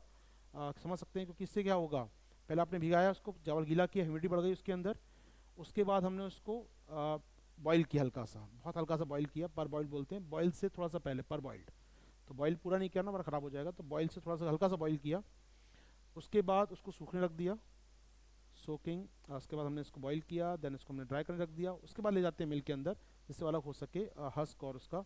अब इसमें होता क्या है, इससे हस्क का जो क्वालिटी होती है, हस्क के जो न्यूट्रिशंस होते हैं, बॉईल करने से वो चावल में आ जाते हैं, और चावल स्लाइटली येलो हो जाता है। तो येलो चावल भी कहते हैं कई बार इसको हम लोग, येलो चावल होता है ये, पर बॉइल्ड राइस कहते हैं इसको हम लोग। ये इंडिया में लार्जेस्ट होता है, तेलंगाना के अंदर डिमांड है भारत में थोड़ी बहुत इसकी, ये बाहर एक्सपोर्ट बहुत होता है, बांग्लादेश बाकी देशों में हमारे यहाँ से। अभी एफसीआई ने डिक्लेयर किया था कुछ दिनों पहले कि वो बाय नहीं करेगा, एमएसपी नहीं देगा पर बॉइल्ड राइस के ऊपर। मैं कहना वाइट राइस देखा हो तो लाओ, ये नहीं चाहिए मुझे चावल, क्योंकि ख़राब जल्दी हो जाता है ये, समझ सकते हैं, ऑलरेडी वो पर बॉइल्ड राइस है, तो थोड़ा सा जल्दी ख़राब हो जाता है ये, तो शेल्फ लाइफ बहुत ज़्यादा नहीं होती है। एफसीआई कहता है गोदाम में रखते हैं 5-5 साल हम लोग, तो ख़राब हो जाएगा तो कैसे काम चलेगा ये, तो हमें नहीं खरीदना आपका ये। तो पॉलिटिकल टसल हो गई थी तेलंगाना गवर्नमेंट और गवर्नमेंट ऑफ इंडिया के बीच में, क्योंकि तेलंगाना में इलेक्शन भी थे अभी कुछ दिनों पहले, आपको याद होगा। तो पूरा इलेक्शन ईयर के बीच में ऐसा टसल होना कि तेलंगाना किसान चावल नहीं खरीदेगा, एफसीआई सेंट्रल एजेंसी है, और तेलंगाना स्टेट में चावल पैदा कर रहे हैं किसान वहाँ के, तो टसल आ गई थी बिटवीन, एक थोड़ा इशू बन गया था अपने आप में पर्ल बॉइल्ड राइस, ठीक है। अब इस साल क्या हुआ, हम लोग इंपोर्ट कर रहे थे, अच्छा खासा एक्सपोर्ट करते थे पर बॉइल्ड राइस को, ठीक है, बाहर बेचो यार, कोई नहीं इंडिया में खरीद रहा, तो सरकार ने वो बैन कर दिया, इम्पोज 20% एक्सपोर्ट ड्यूटी ऑन पर बॉइल्ड राइस। चावल कम हो गया देश में इस बार, चावल का एक्सपोर्ट रोक दिया हमने, नॉर्मल चावल का, नॉन बासमती का एक्सपोर्ट रोक दिया, और पर बॉइल पे लगा दिया 20% ड्यूटी, बाहर बेचोगे तो ड्यूटी देनी पड़ेगी आपको, ये भी मत बेचो कुल मिलाकर। हो पाएगा टॉपिक तैयार। तो पर बॉइल्ड राइस तेलंगाना आंध्रा किसान करते हैं हमारे, इन जनरली नॉर्मल चावल से येलोइश होता है ये, और ज़्यादा न्यूट्रिशन वाला होता है, पूछेंगे आप बताएंगे ज़्यादा न्यूट्रिशन होते हैं इसके अंदर, क्योंकि जो हस्क के न्यूट्रिशन है वो सब आ जाते हैं चावल के अंदर, तो अच्छा न्यूट्रिशन वाला माना जाता है, हेल्थी चावल माना जाता है इसको, डाइटिशियन काफ़ी बताते हैं इसके बारे में। इसको एक दो नाम और हैं, पर बॉइल्ड राइस को हम कहते हैं कन्वर्टेड राइस भी कहते हैं इसको हम लोग, also known as converted rice भी कहते हैं, ठीक है। तो यहाँ पर बेसिकली करते क्या है लोग, पहले सोकिंग करते हैं, इसको भिगाना होता है पानी में, फिर स्टीमिंग करते हैं, देन ड्राइंग करते हैं, देन हस्किंग करते हैं, तो 4 स्टेप होते हैं इसके, सोकिंग, स्टीमिंग, ड्राइंग, हस्किंग। सोकिंग हल्का सा माइल्ड उसको पानी में डाल देते हैं, फिर स्टीम देते हैं हल्का सा उसको बॉईल करने के लिए, फिर उसको ड्राई करते हैं, और फिर हस्क को अलग करते हैं उसके उसके चावल के ऊपर से। तो 4 स्टेप होते हैं यहाँ पर, सोकिंग, स्टीमिंग, ड्राइंग, हस्किंग। हो पाएगा। तो चावल जो पैदा होता है वो येलो या थोड़ा सा येलोइश हल्का सा गोल्डन कलर का हो जाता है चावल, काफ़ी हैवी न्यूट्रिशन होते हैं, अच्छा होते हैं इसके अंदर काफ़ी। चलिए, तो इसके एक्सपोर्ट पर सरकार ने लगा दिया है 20% का ड्यूटी। हम नहीं चाहते बाहर बेचा जाए ये, क्योंकि इंडिया में चावल कम हो रहा है, हम नहीं चाहते बाहर जाए चावल इस बार ये। हो पाएगा। तो पर बॉल राइस इंप्रूव, उसका टेक्सचर अच्छा हो जाता है, कलर अच्छा दिखता है, गोल्डन दिखता है बेसिक देखने में काफ़ी है, और इसका इंक्रीज शेल्फ लाइफ बढ़ जाती है इसकी, थोड़ी सी कह सकते हैं कि अब थोड़ा शेल्फ लाइफ बढ़ जाती है मुकाबले इसकी यहाँ पर, और प्रोवाइड्स हेल्थ बेनिफिट। नॉर्मल चावल रखेंगे उसको थोड़ा सा इसका शेल्फ लाइफ बढ़ने का मतलब क्या है यहाँ पर, कि क्वालिटी ऑफ चावल जो है कुछ समय तक ख़राब नहीं होगा आपका मुकाबले इनके, क्योंकि ह्यूमिडिटी होती है इसके अंदर तो थोड़ा सा ख़राब होता है, लेकिन इसका high and fibre and protein होता है इसके अंदर वाइट राइस के मुकाबले, तो प्रोटीन फाइबर ज़्यादा है मुकाबले में, इसको डायबिटिक पेशेंट को दिया जाता है चावल, काफ़ी बढ़िया बात इसके पर। चलिए, इसके अलावा कुछ खास नहीं है इसमें। ओके, इसको देख लीजिएगा, pearl boiled rice has significantly more thiamine and niacin than white rice. ये थोड़ा सा काम का है, अच्छे एंजाइम्स होते हैं, अच्छे बैक्टीरिया होते हैं इसके अंदर, अच्छे विटामिन होते हैं इसके अंदर, तो न्यूट्रिशन अच्छे होते हैं। थायमिन और नियासिन इसके अंदर एनर्जी प्रोड्यूस करते हैं शरीर के अंदर जाके, ये तो ज़्यादा एनर्जी प्रोड्यूस करने के लिए थायमिन और नियासिन दोनों होते हैं इसके अंदर, जो ज़्यादा होते हैं नॉर्मल सफ़ेद चावल से। नज़र रखिएगा चावल के ऊपर। पर बॉइल्ड राइस पर क्वेश्चन बनना चाहिए, बहुत डिस्प्यूट था लास्ट ईयर, तेलंगाना किसान प्रोटेस्ट कर रहे थे हैवी यहाँ पर कि खरीदना चाहिए, एफसी खरीदना चाहिए एफसीआई को। एफसी मना कि खरीदेंगे नहीं पहले, फिर जब कमी हुई चावल की तो बना कर बेचोगे नहीं किसी को बाहर आप, मतलब डबल स्टैंडर्ड है आपका। तो आप नहीं खरीदा नहीं आपने हमसे, अब थोड़ा कमी हो गई, अब कह रहे हो बाहर मत बेचो, तो ये पॉलिसी नहीं चलेगी आपकी। चलिए आगे बढ़े हम लोग यहाँ से। ओके, चावल को लेकर एक न्यूज़ और थी, पूसा बासमती, अपना फेमस बासमती। बासमती का एक्सपोर्ट नहीं रोका सरकार ने, एक्सपोर्ट करो बिंदास करो, कोई समस्या नहीं है हमको एक्सपोर्ट, ये तो बेचते हैं बहुत ज़्यादा हम लोग बासमती दुनिया को। तो नॉन बासमती रोक दिया, पर बॉइल्ड पे एक्सपोर्ट ड्यूटी लगा दी। बासमती को नहीं रोका हमने, बासमती हमने एक काम किया कि सस्ता मत बेचो यार, महंगा बेचो आराम से, मिनिमम एक्सपोर्ट प्राइस सेट कर दिया। क्या मतलब है इसका? मैं कहूँ आपसे कि आप अगर आपको बेचना है बाहर, तो मैं लेट से $1000 तय कर दिया मैंने क्विंटल का दाम, इससे सस्ता नहीं बेच सकते आप। आपको 900 का ग्राहक मिला है, नहीं बेचोगे तो 1000 वाला ग्राहक ना मिल जाए, तो क्या होगा, जो महंगा है वही लेगा आपसे। सस्ते के लिए आप पता लगा हर कोई चावल मंगा रहा है, नॉर्मल चावल के ये चावल यूज़ करना चालू कर दिया उसने। तो नॉन बासमती के उन्होंने क्या कर दिया, एक्सपोर्ट लिमिट तय कर दिया, एक्सपोर्ट एक MEP तय कर दिया। तो इसमें कहते हैं सेंटर द फ्लोर प्राइस, इससे नीचे दाम नहीं जाएगा इसका। तो फ्लोर प्राइस कहते हैं या मिनिमम एक्सपोर्ट प्राइस कहते हैं इसको हम लोग, मिनिमम एक्सपोर्ट प्राइस तय कर दिया किसका, बासमती का। तो इम्पॉर्टेंट नहीं कितना प्राइस तय किया, वो स्विच किया सरकार ने 2-3 बार, लेकिन MEP सेट किया गया था बासमती चावल का। MEP दैट मीन्स इससे सस्ता चावल आप अंतर्राष्ट्रीय बाजार में नहीं बेच सकते हैं, केवल था बासमती के लिए। नॉन बासमती कंप्लीट बैन है, पर बॉइल्ड पर ड्यूटी बढ़ा दी, बासमती पर MEP तय कर दिया। कितना हुआ था ये, ऑलमोस्ट $1000 पर टन, यानी कितना हो गया, लगभग 1000 kg $1000 है ना, यही हुआ ना, 1000 यानी $1 पर kg। $1 मतलब कितना होता है, 80 रुपीज़। बासमती 80 रुपीज़, इंडिया तो मिलता नहीं है इतना यार, इंडिया तो महंगा देते हैं ये लोग, बाहर सस्ता बेच रहे हैं उसके बाद भी। और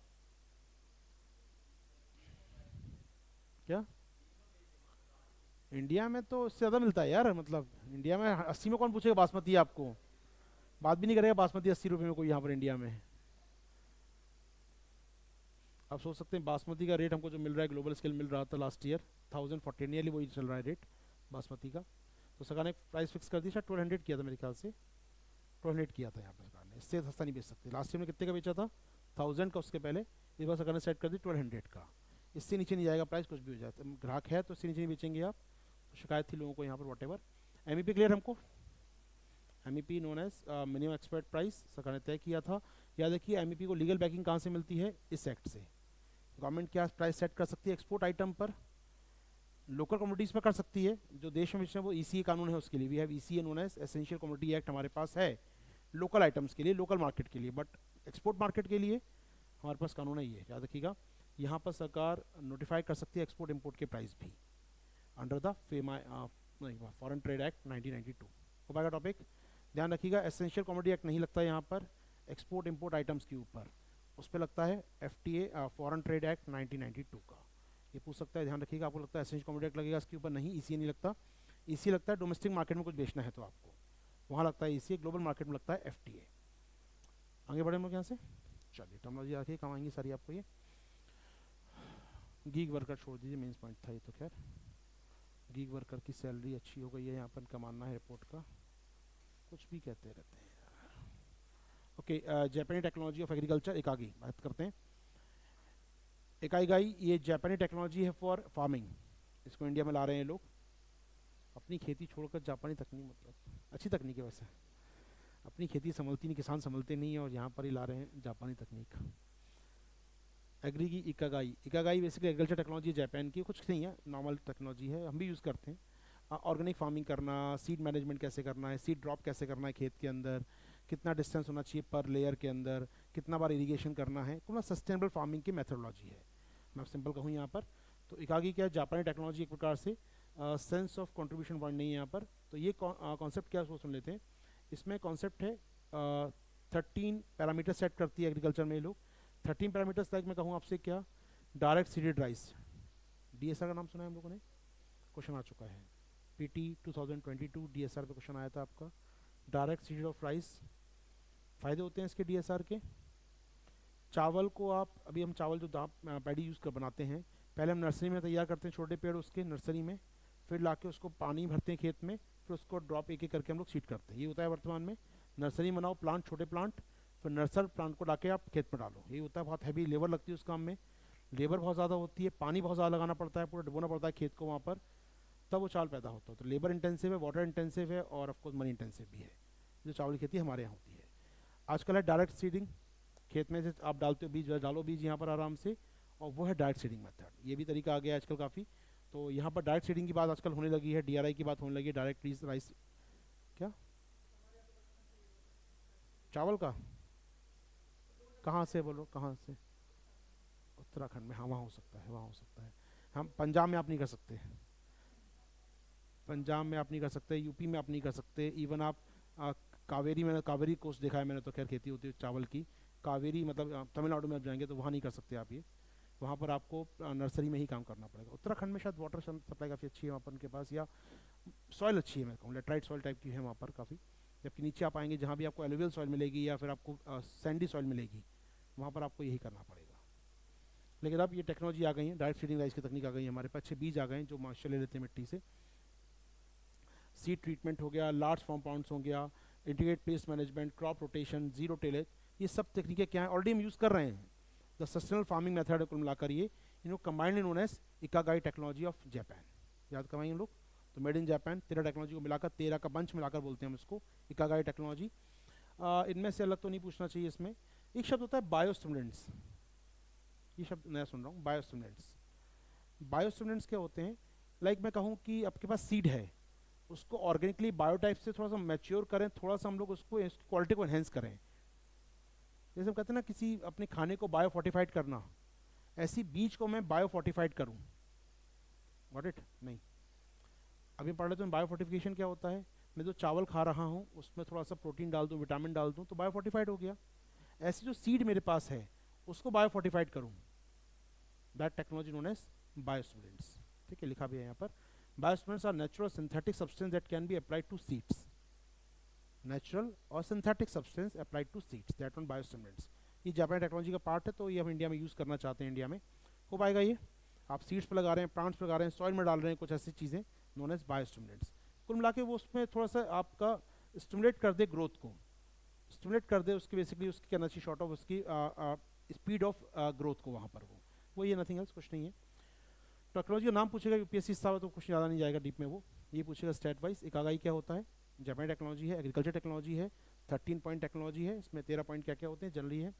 इसमें से क्वेश्चन आ चुके हैं क्योंकि वो शायद ना ये अलग करके दे चुका है, आईपीएम दे चुका है, वो जीरो टिलेज पे क्वेश्चन आ चुका है यूपीएससी का, इनमें नाम दे चुका है, अब कंबाइंड देना चाहे दे देगा नाम। ठीक है, चलिए। Gun jumping, what is gun jumping? Terminology चर्चा में आई थी गन जंपिंग पीछे, नहीं किस जुड़ी हो गन जंपिंग? सोच सकते हैं किस टॉपिक जुड़ी हो गन जंपिंग, मतलब कुछ भी, कोई टॉपिक कुछ भी गैस कर दें, gun jumping.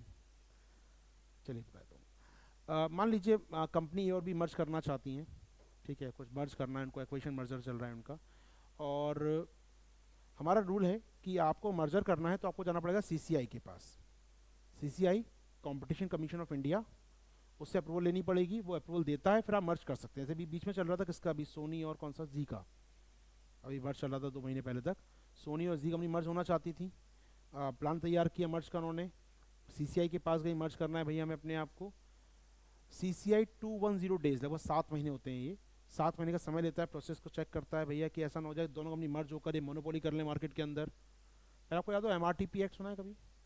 MRTP, monopolistic distributed trade practice act 1969, UPSC का फेवरेट एक्ट है, मतलब ना, मतलब वो ना यूपीएससी कुछ एक्ट होते हैं, कुछ चीज़ें यूपीएससी बहुत पूछता है, उनमें से एक टॉपिक था उसका एमआरटीपी। मतलब उठा के देखेंगे एमआरटीपी को, अगर मैं जितना मुझे मेरी नॉलेज में है 2001 से उठा के देंगे फिर को 2015-16 तक कई बार 6 से 7 बार पूछा उसने मेंस में प्री मिलाकर, MRTP MRTP MRTP MRTP, monopolistic and restrictive trade practice act 1969।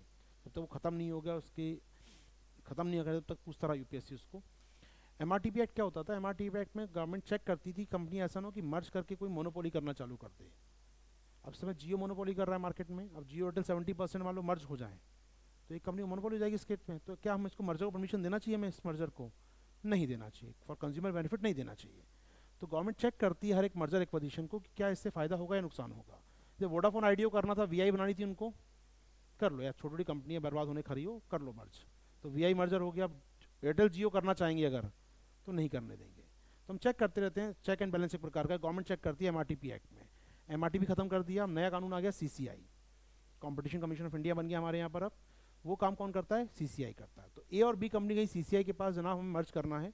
210 days का समय लेता है, वो 7 महीने का समय लेता है, बताता है फिर मर्ज कर सकते हैं कि नहीं कर सकते आप।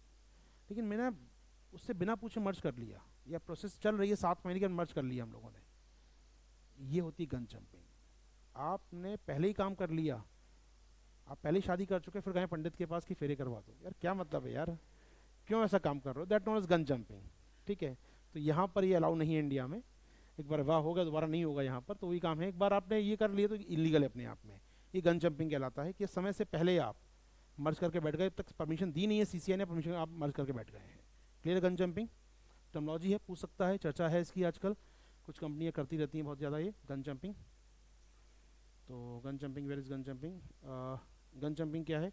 कोई मर्जर एक्विजिशन डील होती है तो कंपनीज को पहले appropriate time and refers to situation where party or parties combination consummate a transaction before CCI approves। तो CCI अप्रूव करे, वहाँ तो रुकना होगा, उसके बाद डिक्लेयर कर सकती है हमने मर्ज कर लिया है। आप CCI से पहले अप्रूवल नहीं कर सकते, मर्ज नहीं कर सकते अपना, और आप उसको पब्लिक डोमेन ला नहीं सकते भी हमने बना ली कंपनी एक। चर्चा रहा गन जंपिंग की। हो पाएगा टॉपिक? गन जंपिंग बैन है हमारे यहाँ पर, याद रखिएगा। Most competition regime including India require pre merger notification, कि हम लोग मर्ज करने वाले हैं, हम नोटिफिकेशन जारी करेंगे, सीसीआई को अप्लाई करेंगे, वो मंजूर करेगा, तब ये मर्जर होगा। तो ये करिए, ऐसा जरूरी है, अदरवाइज कहलाता है ये gun jumping. Gun jumping illegal है, कॉम्पिटिशन एक्ट में लिखा नहीं है क्लियरली, लेकिन गन जंपिंग इलीगल माना जाता है। ठीक है, चलिए। तो पेनल्टीज है इसमें गन जंपिंग करने वालों पर। Competition commission prevails to penalise parties to gun jumping for under section 43 of competition act. 1% of total turnover, जो भी अमाउंट होगा पेनल्टी लगा सकता है। हो पाएगा टॉपिक? Gun jumping. चलिए बाहर आते हैं। एलपीजी सस्ता हो गया, ठीक है, तो पुरानी बात हो गई। इस बार सस्ता का सामान 2-3 बार सस्ता कर दिया ना एलपीजी को, 200 फिर 100, अभी कुछ फिर कर दिया 100 रुपये सस्ता फिर कर दिया। बढ़िया है, चुनाव हर साल होने चाहिए यार। ठीक है, मतलब कम तो किया ना, साइकोलॉजी तो कम होने की है, कम होना चाहिए। Okay fine. एफटीए की बात करें, किसका एफटीए ये? न्यूजीलैंड, तो वही नहीं है, छोड़ दीजिए। अभी एफटीए साइन हो गया, EFTA day for yesterday sign हो गया वो। ईएफटीए में बात ही कर रहे थे कि होना भी चाहिए साइन, मैंने कहा इलेक्शन से पहले हो जाएगा साइन। 3 एफटीए इंडिया के पेंडिंग थे, यूके, ईयू और ईएफटीए के साथ। फाइनली ईएफटीए से पैक्ट हो गया साइन। और शायद आपने कल का न्यूज़ क्लास किया हो, बताया था $100 बिलियन का इन्वेस्टमेंट भी करने वाले हैं वो लोग इंडिया में, तो वो एक सहमति बन गई है। तो फाइनली साइन हो गया ईएफटीए इंडिया का।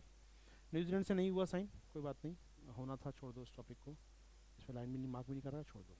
ओके, हम ना ICAO क्वेश्चन है यहाँ पर, sir CC amendment act 2033 reduce day 22150। ठीक है, मैं बिल पढ़ाऊंगा दोस्त, मैं कराऊंगा सीसीओ जो अपडेट हुए ना। जैसे अभी मैंने कहा आपको 210 डेज, बात ठीक है, अभी अमेंडमेंट किया सरकार ने, बिल पास किया है और उसको 150 डेज कर दिया है। तो हमने बिल पढ़ा बताया था मैंने, बिल जब पढ़ाऊंगा तो वहाँ रिकॉल कर लेंगे सारी बातों को। अभी CCA का जो टाइम था 7 मंथ का, उसको उठा के 5 मंथ कर दिया हम लोगों ने। 150 डेज में कंप्लीट करना होता है प्रोसेस। Okay fine. ICAO की बात करें, ICAO international civil aviation organisation, ICAO। Okay, तो हम जानते हैं इसके बारे में। एक वर्ड है यहाँ पर लिखा होगा कहीं ना कहीं, सस्टेनेबल एविएशन फ्यूल, SAF। ये आजकल यूज़ हो रहा है, जैसे हम बोलते हैं ना अपनी गाड़ियों में E20, E30, E10 ethanol blended petrol, ऐसे ही ये हवाई जहाज में यूज़ करना चाहते हैं, एविएशन में यूज़ करना चाहते हैं SAF। तो SAF ब्लेंडेड नहीं है, इसको बनाया ही जाता है उन कमोडिटीज़ से, लाइक मैं कहूँ कि एग्रीकल्चर प्रोडक्ट्स बना रहे हैं आप, बायोमास से बना रहे हैं फ्यूल, आप बायोफ्यूल बना रहे हैं, तो बायोफ्यूल का पूरा यूज़ करने लगे हम लोग, तो that means SAF।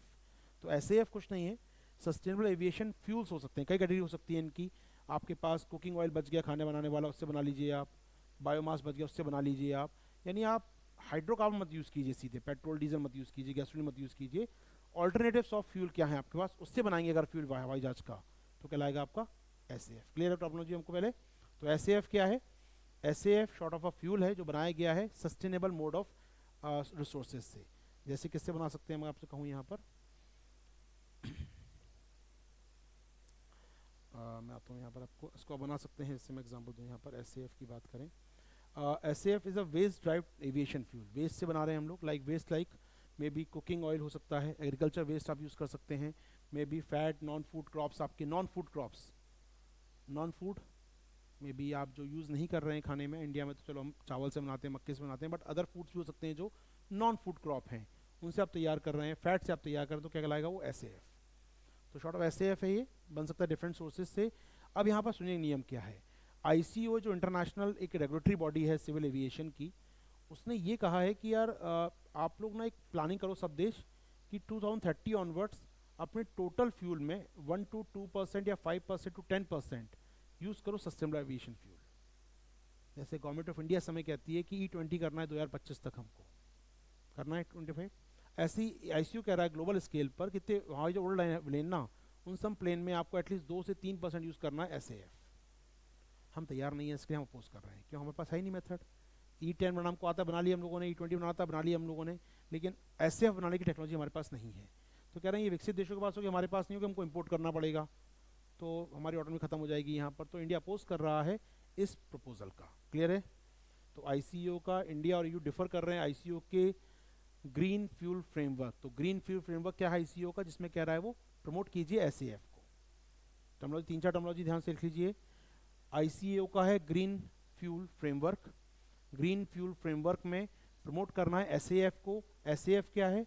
Sustainable aviation fuel, जो बनेगा वेस्ट से, कुकिंग वेस्ट, क्रॉप वेस्ट, आपके आपके नॉन क्रॉप वेस्ट, उससे बनेगा ये।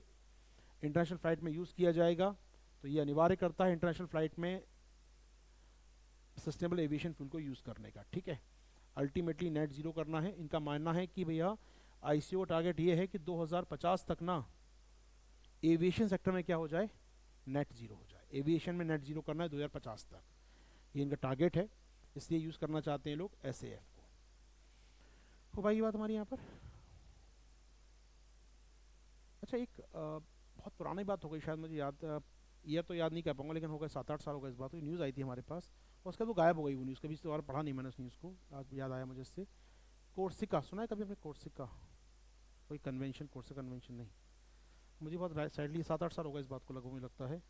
किगाली किस साल हुआ था? किगाली, किगाली हुआ था ओजोन वाला 2016 में ना, 16 में आया था किगाली, उसी साल की बात है वो।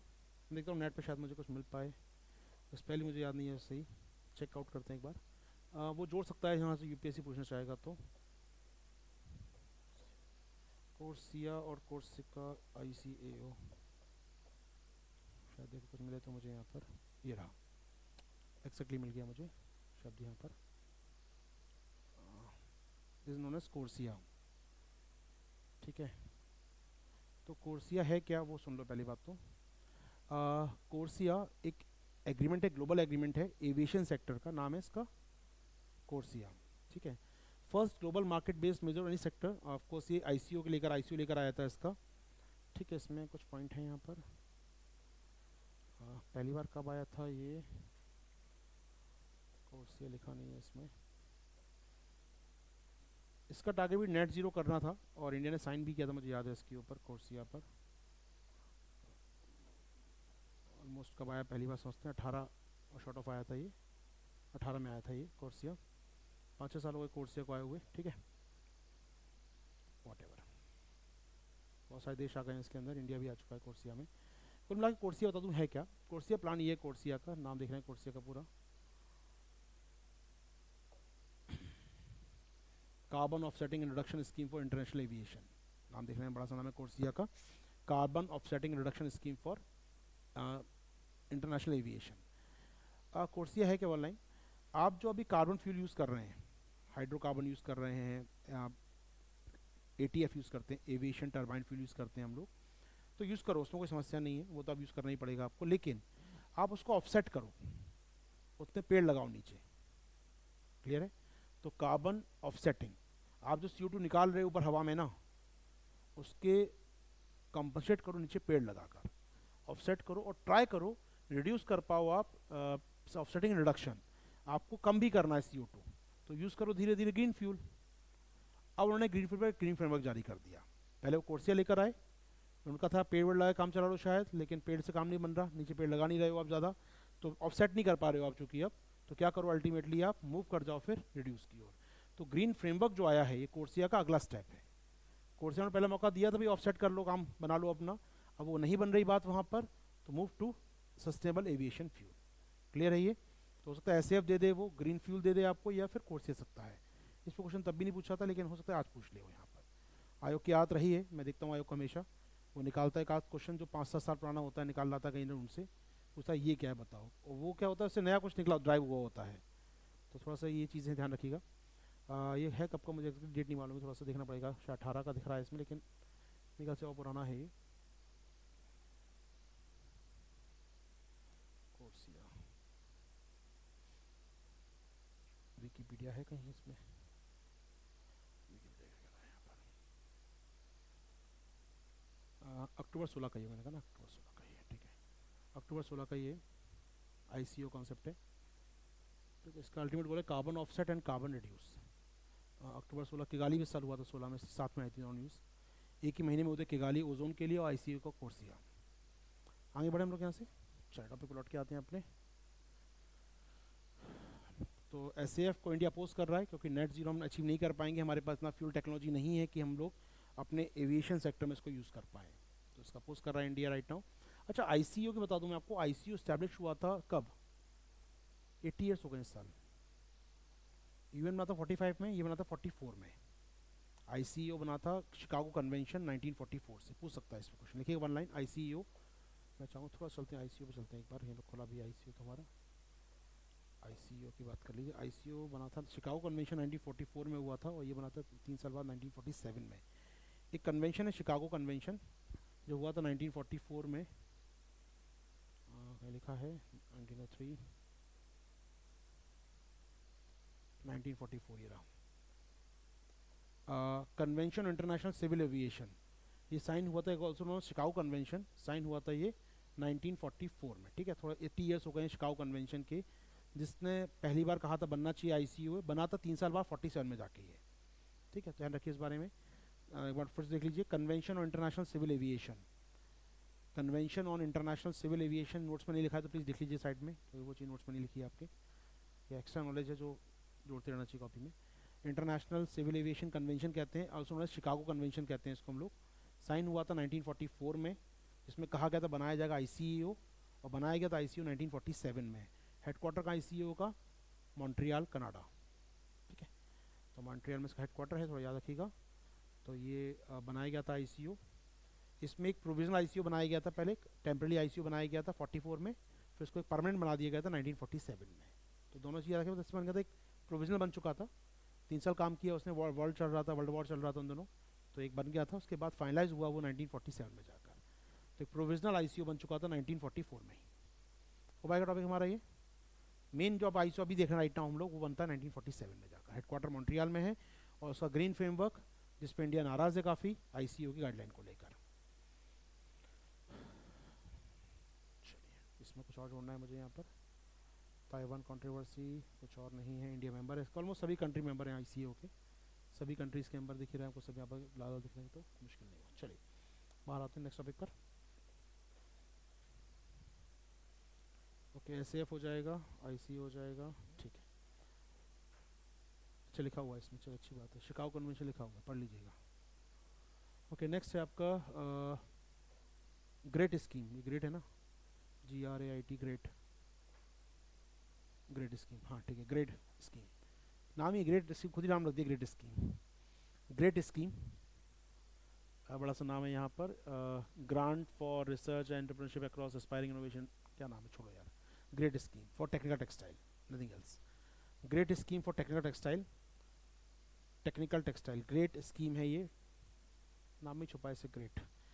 तो ये है grant and aid for technical textile industry, सरकार देगी ग्रांट टेक्निकल टेक्सटाइल इंडस्ट्री को, ठीक है, वन लाइन याद रखिएगा, PD में काम आएगा यहाँ पर। तो टेक्निकल टेक्सटाइल की बात हम लोग डिटेल में ऑलरेडी कर चुके हैं आपके साथ, ऑलरेडी सेगमेंट हो चुका है हमारा ये 12 सेगमेंट, 4 साल का मिशन, 1400 करोड़ रुपये, 4 कंपोनेंट, ऑलरेडी बात हो चुकी है हमारी इस पर। तो गवर्नमेंट क्या कर रही है इसमें, स्टार्टअप प्रमोट करना चाहती है। तो टेक्निकल टेक्सटाइल में स्टार्टअप प्रमोशन के लिए फंडिंग ग्रांट दे रही है सरकार। यहाँ 50 लाख तक का ग्रांट देगी, इसमें 50 लाख ग्रांट दे रही है टेक्निकल टेक्सटाइल के लिए अंडर द ग्रेट स्कीम। ठीक है, इसमें कुछ खास नहीं करना है।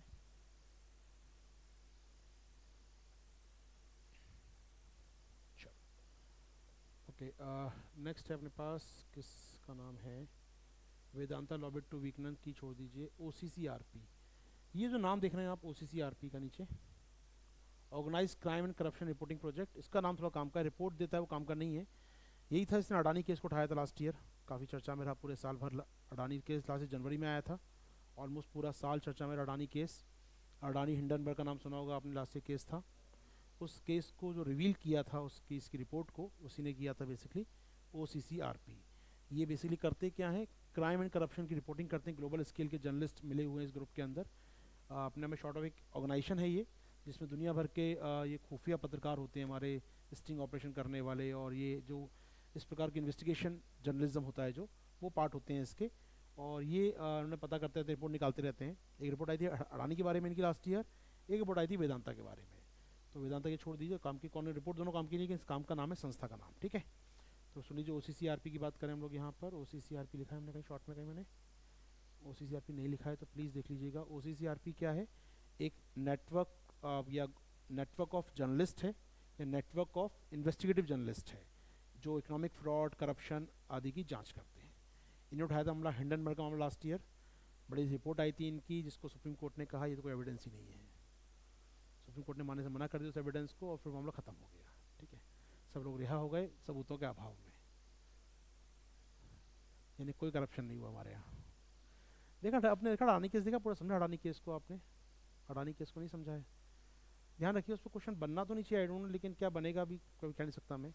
बनना भी सही, क्योंकि बहुत बड़ा फ्रॉड है अपने आप में वो जो दिया गया है वहाँ पर। कोर्ट ने कहा कि सबूत नहीं है हमारे पास, तो उसका मतलब सब थोड़ी कि क्राइम नहीं हुआ है। अब सलमान खान ने गोली मारी कि नहीं मारी, या हीरो ने सुसाइड कर लिया, वो अलग बात है, कुछ तो हुआ है वहाँ पर ना।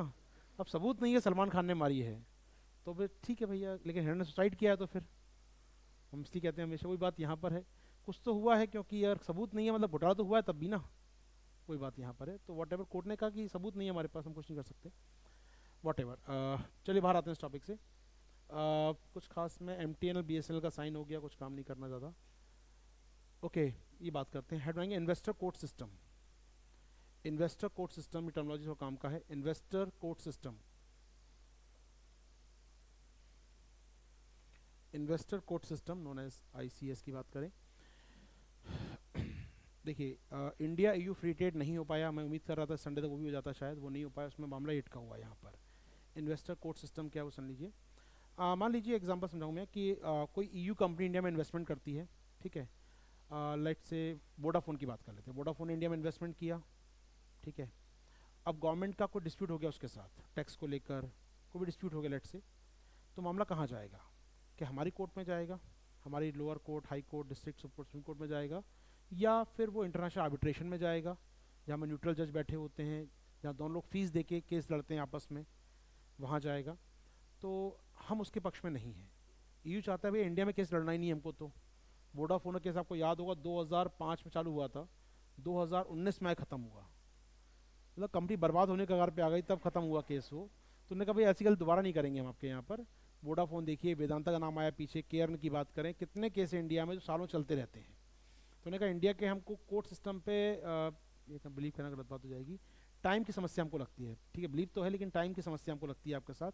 हम चाहते हैं रैपिडली काम हो, थोड़ा सा इन्वेस्टमेंट की बात है, तो वो चाहते हैं कि इन्वेस्टर कोर्ट सिस्टम लाया जाए, जहाँ पर इन्वेस्टर जो है वो फाइल करेगा जिस कोर्ट में, वहाँ केस होगा, यानी इंटरनेशनल आर्बिट्रेशन में। किसी देश में फाइल नहीं करेगा वो, अंतर्राष्ट्रीय पंचायत बैठते हैं, आपके द हेग में बैठे हैं, से लंदन में बैठे हैं, रोम में बैठे हैं, सिंगापुर में हैं, इंडिया में खुल गया इंटरनेशनल पंचायत, हमारे यहाँ भी खुल गया एक, तो हम वहाँ केस फाइल करेंगे, आपकी डोमेस्टिक कोर्ट में नहीं करेंगे। क्लियर है? जैसे UPSC आप फॉर्म भरा होगा, आपने लिखा होता है कोई विवाद होने पर दिल्ली हाई कोर्ट, आप भले ही रहते हो असम के अंदर, केस फाइल करने को दिल्ली हाई कोर्ट आना पड़ेगा। UPSC से कुछ भी डिस्प्यूट होता है कभी आपको, तो आपको दिल्ली हाई कोर्ट में केस फाइल कर सकते हैं, कहीं और नहीं कर सकते, कि फॉर्म में साइन करते भरा है आपने ये। तो बेचारा कोई अगर अंडमान निकोबार में छात्र का पंगा हो गया तो यूपीएससी से किसी बात पर, तो दिल्ली हाईकोर्ट में आना पड़ेगा, केस यहाँ फाइल होगा उसका आके। तो ये बड़ा अजीब सा होता है। तो इसलिए वो चाहता है कि यार अंडमान निकोबार दे दो यार, कोर्ट वहीं लड़ लूँगा केस कम से कम अपनी लोकल कोर्ट में। तो ये नहीं होगा, उन्होंने कहा कि आपको आना पड़ेगा कहाँ पर, इंटरनेशनल आर्बिट्रेशन में। तो वो चाहता है इन्वेस्टर्स की इंटरनेशनल आर्बिट्रेशन में जाए मामला, हम चाहते हैं हमारे डोमेस्टिक कोर्ट में रहे, हमारे कानून लागू होंगे, हमारा कोर्ट होगा, हमारे वकील होंगे, उसके आगे भी हमारे होंगे, ठीक है, तो आसान रहेगा हमारे लिए। तो ये शॉर्ट ऑफ क्या है, शॉर्ट ऑफ सुन लीजिए। ICS क्या है, ICS की बात हो रही है, act as a mechanism for setting dispute under the propose India investment protection. जहाँ पर वो क्या चाहते हैं सुन लीजिए, यहाँ लिखा होगा what India wants and what EU wants, what EU wants, okay, what EU wants. EU क्या चाहता है वो सुन लीजिए। EU चाहता है insist on the investor court system model of dispute resolution where an independent and international panel of court to be permanent appointed. एक permanent body बना देंगे हम लोग कोर्ट की, इंटरनेशनल जूरिस्ट की, इंटरनेशनल जूरिस्ट होंगे उसके अंदर, न्यूट्रल जूरिस्ट होंगे, ना इंडिया के ना EU के, न्यूट्रल होंगे वो लोग, और वहाँ पर केस चालू होगा ICS के तहत, हो पाएगा। गवर्नमेंट ऑफ इंडिया क्या चाहेगी, भैया नहीं नहीं ऐसा मत करो यार, हमने जजों को वेतन क्यों देते हैं, अपने सैलरी देते हैं जजों को इतनी बड़ी बड़ी हम लोग। तो हम क्या कहते हैं, हम कह रहे हैं, ये कह रहे हैं कि पहले आपको अगर आपत्ति है तो investor to first submit is claim before the relevant domestic court. कहाँ जाओ, डोमेस्टिक कोर्ट में जाओ पहले इसके पास, फिर एडमिनिस्ट्रेटिव बॉडीज़ के पास जाओ, एग्जॉस्ट हो जाए सारे option, lower court, high court, supreme court, अब कहाँ जाएं, अब चलो इंटरनेशनल आर्बिट्रेशन में। तो पहले आप सारे डोमेस्टिक ऑप्शन इंडिया के चेक कर लो, उसके बाद आप इंटरनेशनल आर्बिट्रेशन में जा सकते हो। ये क्या बदतमीजी है यार। वोडाफोन यही हुआ ना, वोडाफोन पहले lower court, high court, supreme court लड़ा, उसके बाद गया वो द हेग, वहाँ से जीत के आया केस को। तो इतना इतना क्यों करो, सीधे वहीं भेज दो ना यार एक बार में। तो हम नहीं चाहते वो हो यहाँ पर, तो इसलिए हम लोग लड़ रहे हैं। तो क्लियर है, investor court summit system ICS, और इंडिया EU, इंडिया UK विवादों में ये एक बड़ा कॉन्सेप्ट है, वो भुगत चुके हैं पहले हमसे वो लोग, उन्होंने कहना है कि हमें करना ही नहीं है काम। इंटरनेशनल आर्बिट्रेशन एक तरीका है, और I don't know government of India क्यों नहीं मान रही है, बता दूँ मैं आपको। आप एक बिल आया है हमारे यहाँ पर, मैं चाहूँगा उसको याद रखिएगा आप लोग। इंडिया में बन गया इंटरनेशनल आर्बिट्रेशन आजकल, हमारे यहाँ दिल्ली में है एक बॉडी, यहाँ पर इंटरनेशनल आर्बिट्रेशन खोल दिया गया हम लोगों ने, क्या कहते हैं उसको, NDC, just a minute,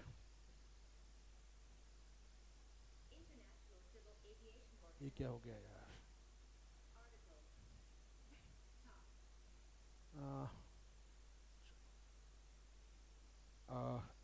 INDC,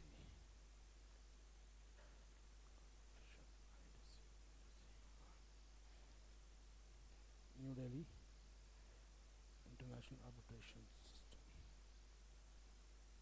एक मिनट रुकते हैं।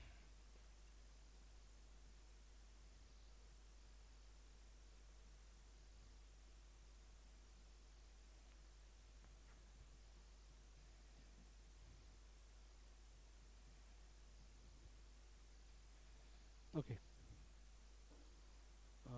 देखता हूँ इस पर आर्बिट्रेशन।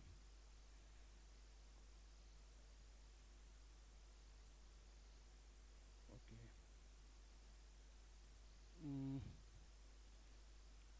इसको एक बार देख सकते हैं हम लोग यहाँ पर। ये हमने तैयार किया मैकेनिज्म कुछ साल पहले, अभी 2-3 साल पहले हमने तैयार किया है, international new Delhi international arbitration centre, ठीक है, हमने उसको तैयार कर दिया अपने यहाँ पर, वहाँ से लॉ पास किया है। एक हमारे पास इंडिपेंडेंट बॉडी बन गई है आर्बिट्रेशन की, मत जाओ कोर्ट के अंदर, सीधे यहाँ जा सकते हो। ऑलरेडी हमने बॉडी बना दी है, तो हमें समस्या क्या है फिर फाइट करने में ना।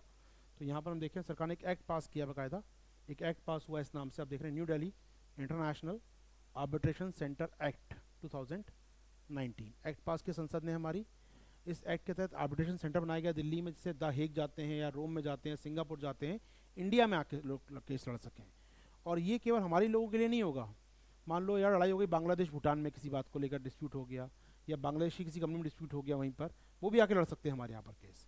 ये न्यूट्रल जज बैठेंगे हमारे यहाँ पर, जगह देंगे दिल्ली में बैठने को उनको हम लोग, न्यूट्रल जज बैठेंगे और वो केस सुनवाई करेगा मामले की यहाँ पर।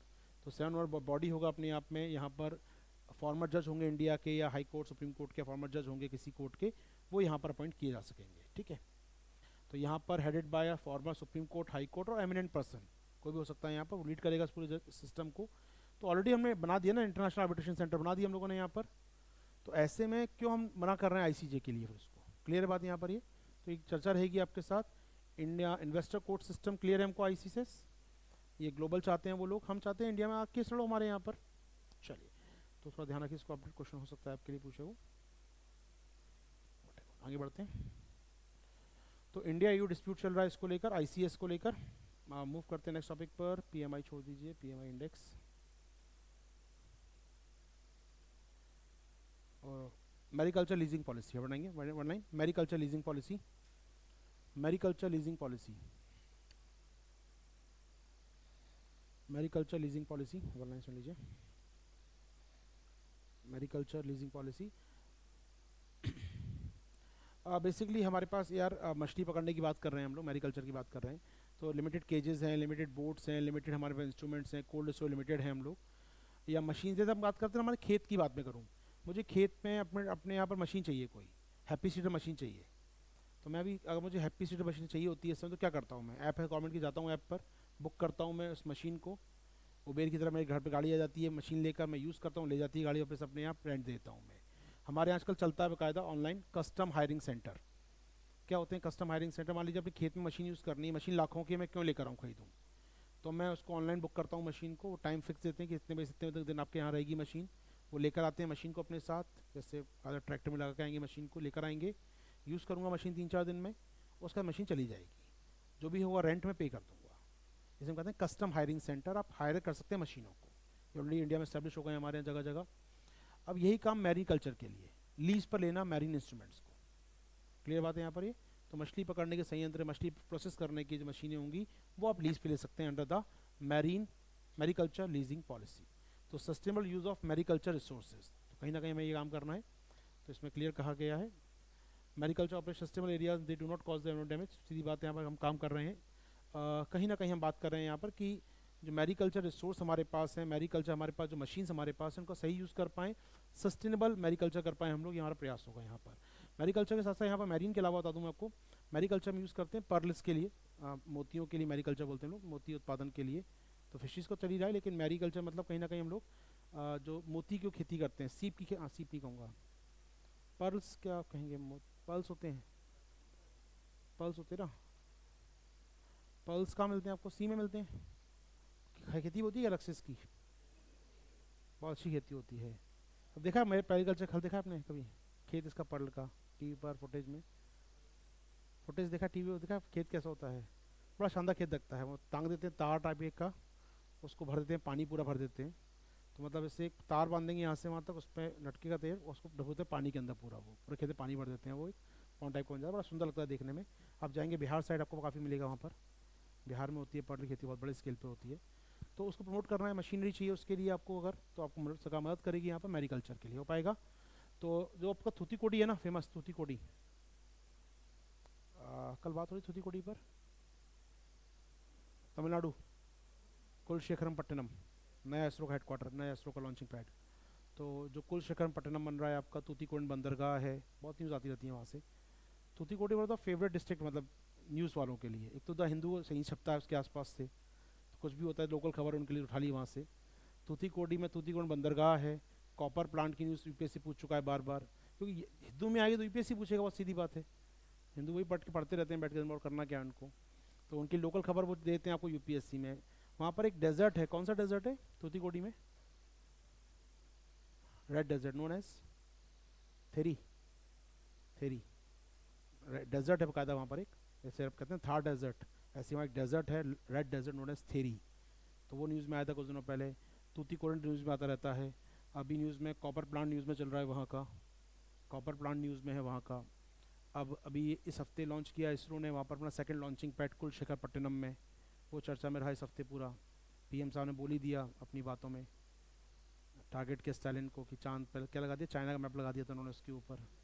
तो चर्चा में उस कारण और आगे थूथीकोडी आपका, और अभी आगे थूथीकोडी पर्ल सिटी बात करते हैं हम लोग, पर्ल सिटी होती है इंडिया की थूथीकोडी डिस्ट्रिक्ट, ठीक है। चलो okay, okay, PSB alliance private limited, बड़ा अच्छा काम है कर रहे हैं लोग। PSB alliance private limited, PSB alliance private limited देश के सरकारी बैंक है ना, 12 बैंक आ गए हैं साथ में, सरकारी बैंक, सबका 8-8% स्टेक, 100% हो गया लगभग। सबने मिलकर बनाया एक कंपनी, एक कंपनी बनाई है सबने मिलकर, 12 सरकारी बैंकों ने, 12 पीएसयू, सबका 8.25% यहाँ पर स्टेक, ऑलमोस्ट 8.25 और 8.33, 8.33 100% हो जाएगा उस केस में ये। तो ये 12 पीएसयू, सबका 8.33% स्टेक, कंपनी बनाई है एक, पीएसयू अलायंस प्राइवेट लिमिटेड, ये क्या करेगी बेसिकली, ये आपको डोर स्टेप पे बैंकिंग सेवाएं देगी। घर आ जाएगा, भैया कहीं जमा करना है, निकालना है, मिनी एटीएम लेके आ जाएगा आपके पास, अकाउंट खोलना है, जो भी बैंकिंग सेवाएं होती हैं आपको एट योर डोर स्टेप। तो प्राइवेट से कंपटीशन करना है आपको ना, तो कुछ ना कुछ तो करना ही पड़ेगा यहाँ पर। तो डोर स्टेप बैंकिंग की बात कर रहे हैं, बैंकिंग मित्र की बात कर रहे हैं, आजकल बैंकिंग मित्रास खुलते हैं ना हमारे यहाँ, वो होगा एक प्रकार से, वो भेजेंगे आपके घर पे ये लोग। तो ये काम करेंगे पीएसबी अलायंस प्राइवेट लिमिटेड। सरकारी बैंकों का एक ग्रुप तैयार किया है, बताया मैंने आपको यहाँ पर। हर किसी का इसमें स्टेक है, लगभग स्टेक 8.33%। ठीक है, तो ये जमा कर सकते हैं पैसा, इसमें निकाल सकते हैं आप लोग। तो नियरली अगले कुछ सालों में हमको 6,800 सेंटर बनाने हैं। 6.5 लाख गाँव है मान लो देश के अंदर, तो आपको लगभग 6,000 6,500 सेंटर तैयार करने से आप घर पे जाके सेवाएं दे सकें लोगों के यहाँ पर। चलिए, तो 12 सरकारी बैंक, 8.33 स्टेक होगा इसके अंदर, पूरे देश को कवर करेंगे हम लोग। सरकारी बैंक मर्ज हो गए, 12 बचे ना, बहुत सारे बैंक मर्ज हो गए हमारे यहाँ पर। एसबीआई से मर्ज हो गया, उनके बाकी मर्ज कर दिए हम लोगों ने, 10 को मर्ज करके 4 बनाए हम लोगों ने पीछे। तो सरकारी बैंक देखा कम होते जा रहे हैं लगातार। ठीक है, तो ये क्या क्या सर्विस देगा आपको, ये पीएसएलवी अलायंस क्या सेवाएं देगा आपको, ये सर्विस देगा। फाइनेंशियल सर्विसेज, आपको कैश डिपॉजिट करना है, मान लो कुछ 10,000 1,000 10,000 जमा करना है, पैसा निकालना है, देगा सुविधा आपको ये। नॉन फाइनेंशियल सर्विस है, आपको चेक पिक करना है, ड्राफ्ट है, पे ऑर्डर आपको देना है किसी को, चेक आप बैंक छोड़ के आते हैं ना, चेक जाके बैंक में दे के आते हैं, अभी चेक ले लिया घर से आके आपके, ड्राफ्ट ले घर से आके आपके, ये नॉन फाइनेंशियल सर्विस हो गई। चालान वालान भरना है, कोई आपको अकाउंट स्टेटमेंट चेक करना है, चेक बुक आपको पर्सनलाइज भरवानी है, तो सारा काम ही करके देगा आपको। तो फाइनेंशियल और नॉन फाइनेंशियल सारे काम करेगा आपके बैंक संबंधित ये डीएसबी या डिजिटल सर्विस बैंकिंग आपका, या डोर स्टेप सर्विस बैंकिंग हो पाएगा। चलिए, ये हो जाएगा टॉपिक अपना तैयार। इसके बाद OCRP ग्रुप में OCRP, अच्छा यहाँ लिखा है OCRP, फाइन, यहाँ लिखा हुआ है OCRP, international non profit organisation है, इन्वेस्टिगेटिव जर्नलिस्ट का बताया पीछे मैंने आपको, ये अडानी केस छपा हुआ है, पढ़ लेगा मन का तो पढ़ लीजिएगा, पूरा केस क्या लिख दिया है, क्या लूपहोल्स थे पूरे केस के, जो कि यूपीएससी पूछेगा नहीं। ठीक है, मतलब पूरा उन्होंने केस बता दिया सामने, कौन कहाँ से पैसा आया, किसने कितना पैसा, सब बता दिया उन्होंने। अब कोर्ट क्या कह रहा है, ये कोई ऑथेंटिक सोर्स थोड़ी है यार, सोर्स बता दिया, जांच करो ना बैठ के आप, उसे बता रहा है ये यहाँ से पैसा यहाँ गया, यहाँ से यहाँ गया, फिर यहाँ से इंडिया में आया, सब पूरा चेन ट्रेल कर दी उसने, कि चालू हुआ मॉरिशस से, मॉरिशस से बरमुडा गया, बरमुडा सिंगापुर गया, सिंगापुर से दुबई गया, दुबई से इंडिया आया, पूरी चेन खोल कर रख दी, कौन ने कितना पैसा लगाया, किसको कितना कमीशन मिला, सारा दे दिया उन्होंने इंडिया को, सरकार को। कोर्ट कह रहा है ये सबूत नहीं होता कोई, ये हमारी कोर्ट, हमारे जर्नलिज्म ये नहीं चलता हमारे यहाँ। तो सेबी जांच करे उसके बाद ना यार, सेबी कह रहा है नहीं नहीं हमारी लिमिटेशन हम जांच नहीं कर सकते, क्योंकि हम नहीं पूछ सकते सिंगापुर से जाकर, हम दुबई से पूछ सकते हैं, दुबई ने कहा भाई हमारे मालिक सिंगापुर बैठा है, अब सिंगापुर हम जाके नहीं पूछ सकते, हमारा एग्रीमेंट नहीं है उसके साथ, मामला खत्म हो गया वहाँ पर। तो हमारे पास सबूत ही नहीं है, फिर वो जो सबूत दे रहा है मानना नहीं है, हमारे पास कुछ जांच का अधिकार नहीं है, तो सब निर्दोष है यहाँ पर। Rare of the rare case है अपने आप में यार, मतलब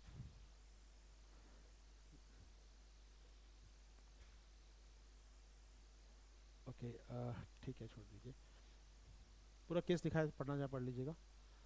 ओके, अर्बन कोऑपरेटिव बैंकों को लेकर आरबीआई की गाइडलाइन, ये टॉपिक यूपीएससी पूछ चुका है लास्ट ईयर भी, उसके लास्ट ईयर भी 2 साल से क्वेश्चन आ रहा है इस यूपीएससी का। अच्छा, कल मैंने कुछ यूट्यूब पे एमसीक्यू कराए थे आपके लिए, देख रहे हैं आप लोग? नहीं, इकोनॉमिक के एमसीक्यू करा रहा हूँ मैं आजकल यूट्यूब पर, कल पहला लेक्चर लिया था मैंने, मैं आपको ऑलमोस्ट 7 to 8 ईयर से कराऊंगा उसके अंदर। तो 23 से स्टार्ट किया रिवर्स ऑर्डर हम लोगों ने, कल मैं 23 का किया था, 24 के कुछ किए थे, तो 7-8 लेक्चर लूँगा पर मैं, पॉसिबल नहीं इस क्लास के अंदर हम कर पाएँ, लेकिन अगर इंटरेस्टेड हो देख लीजिएगा उसको। ठीक है, क्योंकि वो थोड़ा सा रिवीजन को कहता है, आपको मालूम पता फोकस एरिया क्या था मेरा, आप पढ़ चुके इकोनॉमिक्स ऑलमोस्ट यहाँ पर हम लोग, अब फोकस मिल जाता है, अच्छा ये इस बार पूछा था, इस बार ऐसा पूछ सकता है फिर ये। ठीक है, okay, RBI flags concern over a few urban cooperative bank, तो कंसर्न वो नहीं है हमको, कंसर्न है अर्बन कोऑपरेटिव बैंक को रेगुलेट कौन करता है, आरबीआई करता है, मतलब ये हो गया, सीधी बात है। आरबीआई पहले रेगुलेट नहीं करता था, पहले इसको रेगुलेट स्टेट गवर्नमेंट करती थी। After PMC crisis, Punjab Maharashtra cooperative bank crisis, hand over RBI के पास आ गया, ऑर्डिनेंस जारी किया गया, बात हुई थी शायद मेरी, ऑर्डिनेंस जारी हुआ, फिर एक्ट पास हुआ, बैंकिंग रेगुलेशन एक्ट चेंज हुआ, और फाइनली अब रेगुलेट करता है इसको आरबीआई, ये हम जान चुके हैं। लेकिन जो काम की बात अपने पास ये है, हमारे काम का है टॉपिक इसमें ये छोड़ दीजिए। ठीक है, अर्बन कोऑपरेटिव बैंक की बात करें, अर्बन कोऑपरेटिव बैंक होते क्या देखा जाए तो अर्बन कोऑपरेटिव बैंक या यूसीबी फॉर्म डिफाइंड नहीं, लेकिन refers to primary cooperative bank in the urban और सेमी अर्बन एरिया। गांव में होगी तो पीएससीएस है, फिर वो गांव में है तो, शहर में है या अर्ध शहरी क्षेत्रों में है वो, सेमी अर्बन और अर्बन एरियाज में है तो वो कोऑपरेटिव बैंक क्या कहलाएंगे हमारे, अर्बन कोऑपरेटिव बैंक।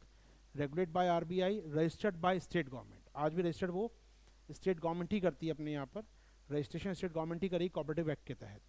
तो कोऑपरेटिव एक्ट के तहत रजिस्टर्ड होते हैं, स्टेट गवर्नमेंट रजिस्टर्ड करती है, बट रेगुलेट करना, गाइडलाइन जारी करना सारा काम कौन करता है?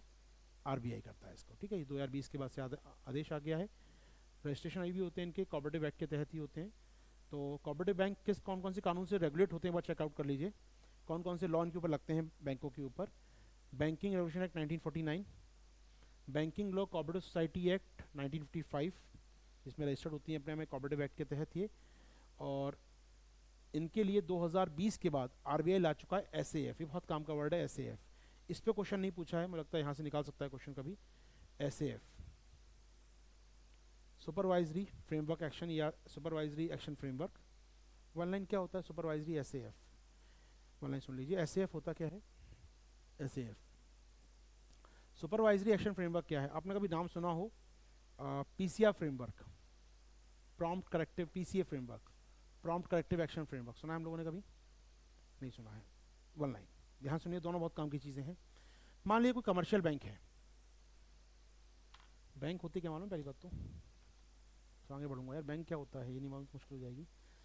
आरबीआई हम हमारे बात करें, आरबीआई, आरबीआई के अंडर दो टाइप के बैंक होते हैं, ठीक है, schedule bank, non schedule bank, है ना। शेड्यूल बैंक आर दोस्त जो आरबीआई एक्ट के शेड्यूल 2 का पार्ट है, और जो उसमें नहीं है वो नॉन शेड्यूल है, सिंपल सी बात है। शेड्यूल बैंक, दो टाइप के शेड्यूल बैंक होते हैं फिर आपके, ये दो प्रकार के होते हैं, schedule commercial bank, schedule cooperative bank. Short में लिख रहा हूँ, schedule cooperative bank, schedule commercial bank. Schedule cooperative bank फिर दो टाइप के होते हैं, अर्बन कोऑपरेटिव, शेड्यूल या अर्बन कोऑपरेटिव बैंक, और फिर रूरल ब्रांचेज या पीएससीएस होती है। तो रूरल क्रेडिट या रूरल कोऑपरेटिव्स होते हैं फिर आपके पास। रूरल कोऑपरेटिव में 3-4 ब्रांचेस होती हैं, आरए पीएससीएस मेन होता है इसके अंदर, मेन इसके अंदर पीएससीएस होता है। आपको डायग्राम याद हो, मैं दिखाया था उस दिन आपको, डे फॉर यस्टरडे, हाँ डायग्राम दिखा था इसका शेड्यूल कोऑपरेटिव बैंक का। शेड्यूल कमर्शियल बैंकों की बात करें, they have 4 types of schedule commercial banks in India. One is PSB, सरकारी bank, private bank, foreigners bank, और आरआरबीज। 4 क्वालिटी होती है हमारे यहाँ शेड्यूल कमर्शियल बैंक्स की। हम बात कर रहे हैं यहाँ पर पीसीबी, पहला शब्द बताया मैंने आपको पीसीए फ्रेमवर्क।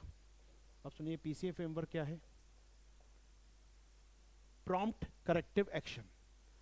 अगर कोई शेड्यूल कमर्शियल बैंक मिसमैनेज करता है अपने फंड्स को, लोन्स को, एनपीए बढ़ गया, कुछ उसके यहाँ गड़बड़ हो रही है चीज़ें, वहाँ सिस्टम करप्ट हो रहा है, वो ज़्यादा रिस्क ले रहा है, वो ऐसे लोन बांट रहा है जो बहुत हैवी रिस्की हैं, उसने एनपीए बहुत ज़्यादा कर लिया अपना, तो चेकआउट करता है, आरबीआई पैरामीटर चेक करता था इन बैंकों के कि कहीं कोई रिस्क में तो नहीं आ रहा बैंक, किसी ने एनपीए बहुत ज़्यादा एनपीए तो नहीं होगा, 9%, 12% भी तो नहीं होगा किसी का, किसी ने अपने जो होना चाहिए सीआर, समझते हैं CR, capital adequacy ratio, Basel norms simple से कहा जाए, कि बैंक बेसल नॉर्म्स फॉलो कर रहा है कि नहीं कर रहा है। तो आरबीआई चेक करता है सर्टेन पैरामीटर्स पर कि बैंक बेसल नॉर्म्स फॉलो कर रहा है कि नहीं, बैंक एनपीए कितना रखा हुआ है अपने यहाँ पर, बैंक का लीवरेज रेशियो क्या है, लीवरेज रेशियो, बैंक ने कितना डिपॉजिट करके कितना उधार दिया है। मैंने 1,000 रुपये डिपॉजिट करके 10,000 रुपये का मैं लाइबिलिटी मेरे ऊपर आ गई है, 10,000 मेरी एसेट बन गई है, तो कितना आपका लाइबिलिटी मिसमैच है। आपने 1,000 रुपये जमा किया था, फिर एक पर्सन को दिया आपने 500 रुपये, फिर उसको जमा किया 500, फिर सेकंड पर्सन को 500 रुपये दे दिए, तो कितना आपने लीवरेज कर रखा है, 1,000 के डिपॉजिट पर कितना आपने लोन दे रखा है, तो लीवरेज रेशियो बोलते हैं इसको हम लोग। वो कितना चल रहा है बैंक का वो चेक करता है। रिटर्न ऑन एसेट्स, ROA, जो बैंक की प्रॉपर्टीज है उन पर रिटर्न्स कितने अच्छे आ रहे हैं बैंक को, वो चेक करता है, कुछ पैरामीटर चेक करता है आरबीआई। उसके बाद उसको लगता है आरबीआई को यार गड़बड़ हो रही है यहाँ कुछ, तो पीसीए फ्रेमवर्क के तहत उनका मैनेजमेंट अपने हाथों में ले लेता है। बैंक का तुम घर जाओ छुट्टी पर लो, मैं संभालूंगा तुम्हारा बैंक, नया लोन नहीं देंगे, नई ब्रांच नहीं खोलेंगे, कोई बोनस नहीं, कोई कर्मचारी को सैलरी नहीं, सब मैं डिसाइड करूंगा मुझे। तो क्या हुआ समझ आया यहाँ पर? तो एक प्रकार से हार्ड सेक्शन एक प्रकार का ये, जिसे हम कहते हैं पीसीए फ्रेमवर्क, किनके लिए? कॉर्पोरेटिव कमर्शियल बैंक्स के लिए। इसी प्रकार का कॉर्पोरेटिव बैंक के लिए वो लेकर आ चुका क्या? SFA, SAF, supervisory advisory framework या supervisory action framework. Supervisory action framework, नाम में छुपा है एक्शन फ्रेमवर्क, वही है सेम काम जो पीसीए उसके लिए बोल रहे थे हम लोग, PCA framework, same concept, same terminology, इस नाम से आई है यहाँ पर एसएएफ। किसके लिए? ये अर्बन कोऑपरेटिव के लिए। पीसीए पे यूपीएससी कई बार सवाल पूछ चुका है, कई बार दे चुका है पीसीए फ्रेमवर्क पर क्वेश्चन। एसएएफ पे नहीं दिया है, पूछ सकता है। SAF for urban cooperative bank regulation, इनको चेक करने के लिए, इन रिस्क मैनेजमेंट को कम करने के लिए। एक बार मैं चाहूँगा थोड़ा सा, शायद ट्रेडिशनल नोट्स तो नहीं होंगे मेरे पास अभी। पीसीए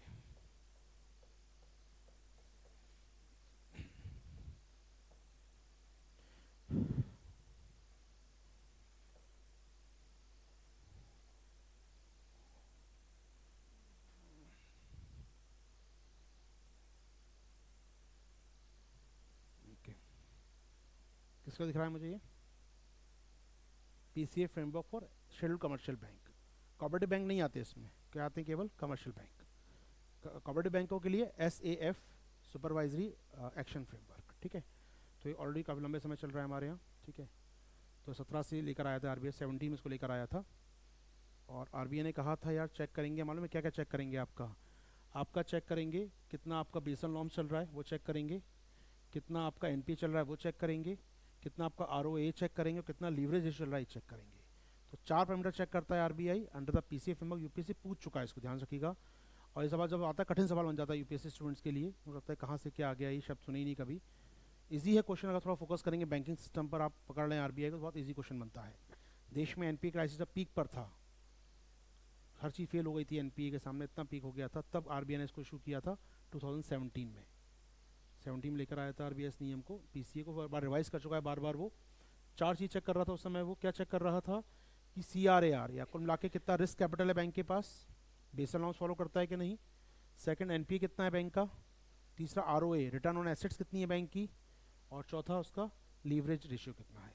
इसके आधार पे बैंकों को क्राइटेरिया सेट करता है भैया कि आपके ऊपर मुझे क्या एक्शन लेना है। कम एक्शन लूँगा, ज़्यादा एक्शन लूँगा, या बहुत ज़्यादा एक्शन लूँगा।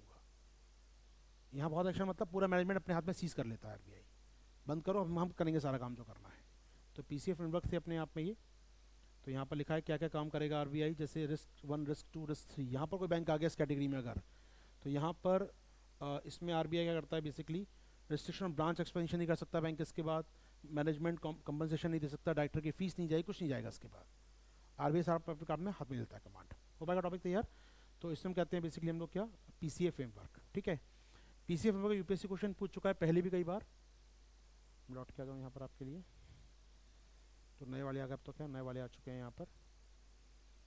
अब ध्यान रखिएगा, जो नए वाले फ्रेमवर्क आए हैं उसमें से जो नए वाला 2021 में आया था, शायद ये 2021 में आया था नया वाला, सेम नाम से पीसीए फ्रेमवर्क एससीबी। पहले 4 पैरामीटर थे, अब नंबर पैरामीटर कम कर दिए, 3 कर दिए उन्होंने। 3 कौन कौन से हैं उन्होंने स्क्रीन अगेन वही, बेसल नॉर्म्स वाला, एसेट क्वालिटी आरओए, और माफ कीजिए एनपीए, और लीवरेज। आरओए को हटा दिया है, समझ में आया मुझे? यहाँ पर ये पूछ सकता है right now PCA framework RBI क्या क्या चेक करता है। एक चेक करता है आपका रिस्क कैपिटल कितना है बैंक का, एक चेक करता है वो एनपीए कितना है बैंक का, और एक चेक करता है वो लीवरेज रेशियो कितना है बैंक का। आरओ या वो चेक नहीं करता। यूपीएससी खेल जाएगा इस क्वेश्चन पे, क्या क्या चेक करता है वो। और ये क्वेश्चन जिस दिन आएगा उस दिन थोड़ा टफ हो जाएगा आपके लिए, अगर नहीं पढ़ा है तो आपने। हो पाएगा टॉपिक शेड्यूल्ड कमर्शियल बैंक को? क्योंकि आप देखिए, मैं हमेशा बोलता हूँ कि बीइंग अ रेगुलेटर जो काम है ना, उनको ध्यान से पढ़िएगा। रेगुलेटर के सारे काम, चाहे वो आपका आरबीआई हो, इरडा कुछ कर रहा है, क्योंकि बीइंग आप करना क्या फील्ड में जाकर, रेगुलेटर काम करना है, बैंक थोड़ी चलाना है आपको बैठकर, बैंक के सीईओ थोड़ी बनना है आपको। आपको काम है यहाँ पर रेगुलेटर का काम। तो रेगुलेटर समझ रेगुलेशन कैसे होता है, तो रेगुलेशन जितने भी नियम आते हैं उनको याद होना चाहिए आपको यहाँ पर, ठीक है। तो याद रखिए, थोड़ा सा काम की बात है ये। अब सुनिएगा इसके आगे बात, इसके आगे चर्चा ये है कि शेड्यूल, माफ कीजिएगा, सुपरवाइजरी एक्शन फ्रेमवर्क किसके लिए आया है? कोऑपरेटिव बैंक्स के लिए। सिमिलर लाइन पर है, वो भी चेक करते, 2 चीज़ चेक करते हैं वहाँ, बस इतना अंतर है कि वहाँ 2 चीज़ चेक करेंगे हम लोग, और वो क्या क्या होंगी ऑन योर स्क्रीन, सीआरएआर और एनपीए। लीवरेज भी चेक नहीं करना मुझे आपका। तो एसएएफ जो होता है आपका किसके लिए होता है? एसएएफ ये होता है आरबीआई का, और यहाँ पर वो 2 पैरामीटर चेक करता है जस्ट, किसके लिए? कोऑपरेटिव बैंकों के लिए 2 पैरामीटर चेक करता है वो। एक है उस बैंक का सीआरएआर कितना है, रिस्क कैपिटल कितनी है बैंक की, और दूसरा है उसका एनपीए कितना है। हो पाएगा टॉपिक तैयार हमारा? तो अगर 6% के ऊपर चला गया तो चिंता की बात होती है, और सीआरआर 9% से कम हो गया तो चिंता की बात होती है। ये पैरामीटर याद नहीं करने, लेकिन 2 याद कर लेना। तो यहाँ पर आरबीआई ने जारी कर दिए एसएएफ इनके लिए, एसएएफ और यूसीबी। अच्छा, एक चीज़ और सुन लीजिए, आरबीआई रेगुलेट करता है शेड्यूल्ड कमर्शियल बैंकों को, कोऑपरेटिव बैंकों को, एनबीएफसी को रेगुलेट करता है आरबीआई आजकल, बता थोड़े पहले मैंने। एनबीएफसी के लिए कुछ ना कुछ होना चाहिए फिर, उनको भी बोलते हैं पीसीए फ्रेमवर्क हम लोग। तो PCA framework for schedule commercial bank 2, और रिसेंटली अभी जारी किए गए एनबीएफसी के लिए भी। तो थोड़ा सा कंफ्यूजिंग ना हो इसलिए लिख देता हूँ अलग से बोर्ड पर मैं आपके। पीसीए किसके लिए होते हैं हमारे यहाँ? शेड्यूल कमर्शियल बैंकों के लिए एंड एनबीएफसी के लिए। अलग अलग होते हैं लेकिन नाम कॉमन है पीसीए। और एससीएफ किसके लिए होते हैं? कॉप बैंक्स के लिए। याद कर पाएंगे इतनी बात? इसमें 3 पैरामीटर हैं, इसमें भी 3 पैरामीटर हैं, इसमें 2 पैरामीटर हैं। चलिए लिखा हुआ है, इसको पढ़ लीजिएगा नोट से प्लीज आप लोग यहाँ से। क्या? पेमेंट बैंक के लिए कोई फ्रेमवर्क नहीं है, क्योंकि वो ग्राहकों से डिपॉजिट ज़्यादा नहीं ले सकते, वो लोन नहीं दे सकते हैं, एनपीए वर्कर रहने का नहीं उनका कभी। जब लोन नहीं होगा तो रिस्क कैपिटल नहीं होगी उनकी कभी। आप जानते हैं पेमेंट बैंक को जो भी पैसा मिलता है आप जमा करते हैं, वॉलेट में रखते हैं अपने, उसको आप, वो कहाँ जाता है पैसा? मैंने अपने पेटीएम वॉलेट में 50,000 रुपये रखे हैं, पैसे जाता कहाँ है? वो क्या करता है पेटीएम? उसका 75% गवर्नमेंट सिक्योरिटी पे खर्च करता है वो, और 25% किसी अकाउंट खुलता है किसी और बैंक में, पीएनबी में, एसबीआई में, वहाँ रखता है। तो ना तो वो लोन दे रहा है, ना वो क्रेडिट कार्ड दे रहा है, ना वो रिस्क दे रहा है किसी गवर्नमेंट सिक्योरिटी क्योंकि जमा कर रहा है वहाँ पर वो। तो जब कोई गवर्नमेंट का रिस्क नहीं है, कोई एनपीए नहीं है, तो फिर चेक क्या करना पैरामीटर? सेफ ही है पैसा, तो उनकी वो गाइडलाइन नहीं है। ठीक है, वो बैंक नहीं है, फ्रॉड है वो अपने आप में। बैंक का मतलब होता है कि डिपॉजिट लो, लोन दो, वो काम होता है बैंक का। पेमेंट बैंक सिर्फ नाम का बैंक है, पेमेंट ऐप कहना अच्छा होगा उसको अपने आप में। आगे बढ़े, चलिए आशियान के साथ ट्रेड छोड़ दीजिए यहाँ पर। ओके, वन लाइन सुन लीजिए। India ASEAN free trade agreement, इसका रिव्यू हो रहा है। India ASEAN free trade area का रिव्यू कर रही है गवर्नमेंट ऑफ इंडिया, दोनों पार्टी तैयार हो गई हैं। इंडिया आशियान फ्री ट्रेड हुआ था 2010 में, 9 में हुआ था, 10 से लागू हुआ था ये। अब उसको 15 साल हो गए हैं, एफटीए हुए। 15 साल बाद रिव्यू कर रहे हैं हम लोग एफटीए कंडीशंस को, उसके नॉर्म्स को रिव्यू कर रहे हैं हम लोग। अब दोनों का पार्टी सहमत हो गई रिव्यू किया जाए। India ASEAN free trade area sign हुआ था 2009 में, लागू हुआ 2010 से ये। तो उसको रिवाइज कर रहे हैं, इसको हम लोग रिन्यू कर रहे हैं हम लोग। इंडिया आशियान हम बात कर रहे हैं यहाँ पर, ASEAN India trade and goods agreement, AITIGA बोलते हैं हम लोग इस एग्रीमेंट को। 2009 में साइन हुआ था, 2010 ऑनवर्ड से इम्प्लीमेंट हो गया था। क्यों रिव्यू कर रहे हैं इसको हम लोग? इंडिया को डेफिसिट होता है बहुत ज़्यादा।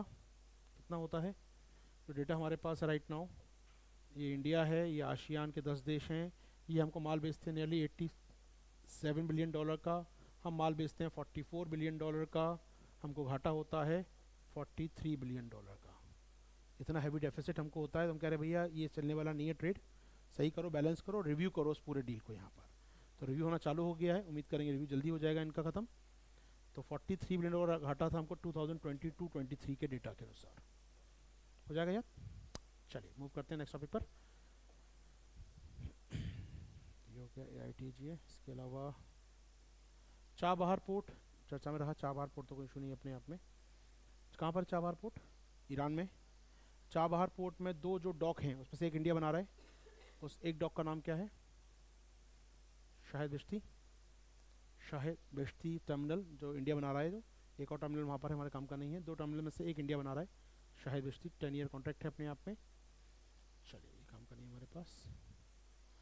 ओके, जेंडर गैप, यहाँ पर भी काम का न्यूज़ नहीं है, मेंस का है ये पीटी के लिए। Okay, 6th micro irrigation census, 6th edition of MIC, 6th edition of MIC, 6th edition of micro irrigation census, सूक्ष्म सिंचाई जनगणना या गणना, माइक्रो इरिगेशन सेंसस या सूक्ष्म सिंचाई गणना।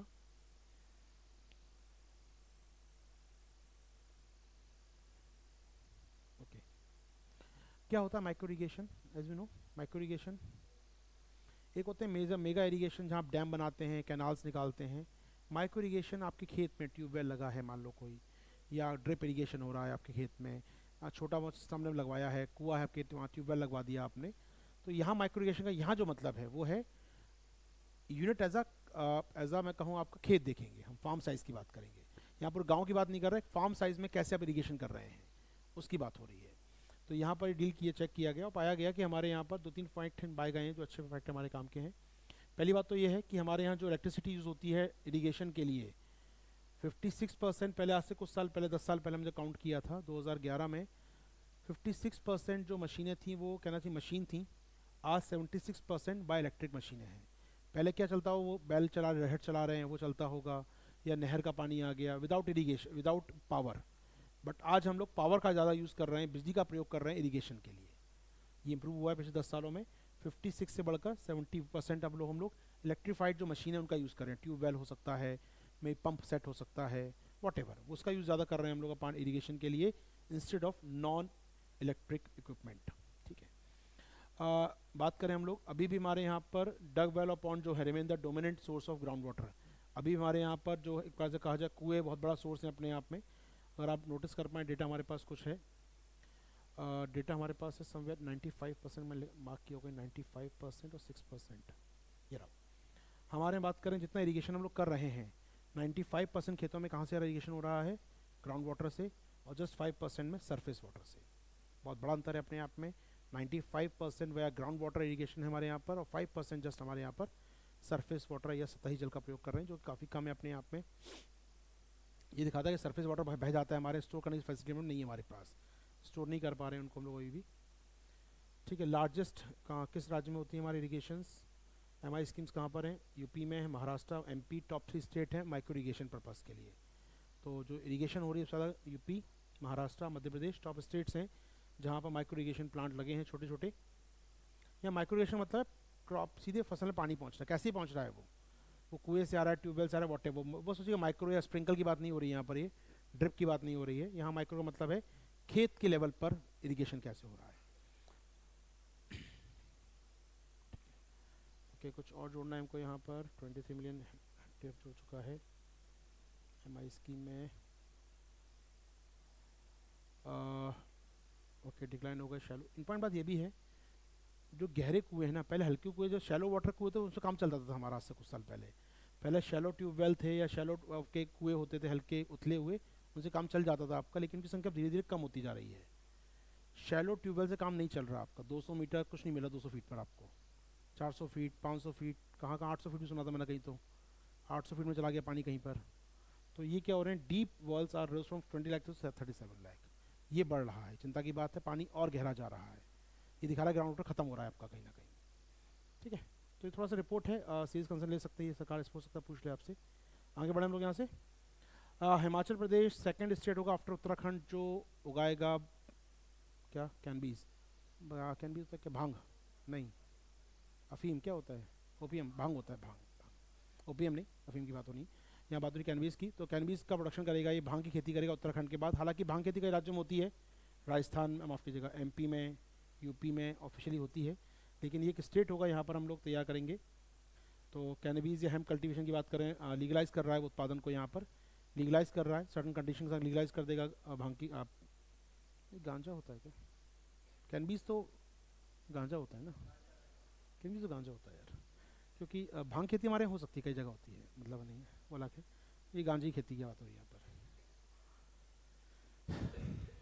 ये भी नॉलेज होना चाहिए आप लोगों को, मालूम है, वॉट एवर। ठीक है, तो यूज़ क्या करते हैं हम इसका, कहाँ यूज़ करते हैं इसको हम लोग, मेडिसिनल पर्पज़ के लिए, अदर देन टॉक्सिक, इसका यूज़ करते हैं मेडिकल पर्पज़ के लिए, हम लोग इंडस्ट्रियल पर्पज़ के लिए यूज़ करते हैं। एक कानून है हमारे यहाँ पर, याद रखिएगा, एनडीपीएस कानून, थोड़ा सा ध्यान रखिए इसका नाम, एनडीपीएस फेमस कानून है इंडिया का, सोलो कानून है ड्रग्स को कंट्रोल करने का। क्योंकि पीएम साहब कल बोल भी रहे थे इंडिया में ड्रग्स को हमें कम करना है, तो ड्रग्स पर फोकस कर सकता है यूपीएससी इस बार। कल पीएम साहब बोले थे अपनी स्पीच में कि इंडिया का बड़ा चैलेंज जो है आने वाले दिनों में वो है ड्रग्स चैलेंज है अपने आप में। तो नो डाउट ड्रग्स एक बड़ी चैलेंज है, कहीं ना कहीं बना हुआ है अभी भी, और सरकार बहुत फोकस भी कर रही है, ड्रग्स नशा मुक्ति पर काफ़ी काम कर रही है सरकार। तो ड्रग्स को लेकर एक कानून है एनडीपीएस हमारे यहाँ पर, तो इसके तहत इस कानून के तहत यूज़ किया है, याद रखिएगा। Uttarakhand become the first state in country to legalise cannabis cultivation. तो उत्तराखंड पहला स्टेट था 17 में, अभी गुजरात, एमपी और यूपी में होता है, ये कंट्रोल कल्टीवेशन होता है इसका। सरकार बताती है किन किन खेत में हो सकता है ये, और वो सरकार द्वारा तय जगह पे ही बेच सकते हैं इसको, तो गवर्नमेंट कंट्रोल होता है, लेकिन हर कोई नहीं कर सकता, गवर्नमेंट कंट्रोल होता है। उत्तराखंड हिमाचल में आप कर सकते हैं, बताना पड़ेगा आपको सोर्स कहाँ रख रहे हैं आप, ये गवर्नमेंट कंट्रोल नहीं होगा, आप पैदा कर सकते हैं आराम से यहाँ पर हिमाचल और उत्तराखंड में। होगा टॉपिक तैयार, चलो ठीक है। एनडीपीएस एक्ट काम का रहेगा, इसको काम कीजिएगा, इस एक्ट को ईयरबुक से पढ़ लीजिएगा आप लोग। ईयरबुक में वेलफेयर का एक चैप्टर है वेलफेयर का, उस वेलफेयर में सभी का वेलफेयर किया गया, SC ST OBC minority, women, old age, child और नशे वाले जो हैं हमारे कैंडिडेट उनकी भी बात है। तो वहाँ पर दिया गया इसके बारे में, मिनिस्ट्री ऑफ सोशल जस्टिस दिखता है पूरे मामले को, इसको नशा मुक्ति केंद्र चलाता है देश में, क्या हेल्पलाइन क्या है इनकी, कौन सा एक्ट है, कोई स्कीम चल रही है इनके लिए, नॉर्थ ईस्ट या कई देश भर में स्कीम चल रही है कोई नशा मुक्ति के लिए, वो पूछ सकता है आपसे। क्योंकि ये जुड़ा हुआ है, ये हमारे यहाँ जो नशा है वो जुड़ा हुआ है एड्स के साथ, HIV के साथ भी।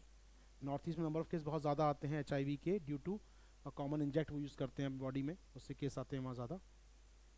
चलिए दैट्स इट, ये अपने 30 टॉपिक हो गए अपने आज के जो मैं लाया था। कल के 30 टॉपिक अपने पास हैं यहाँ पर, ये कल के 30 टॉपिक होंगे।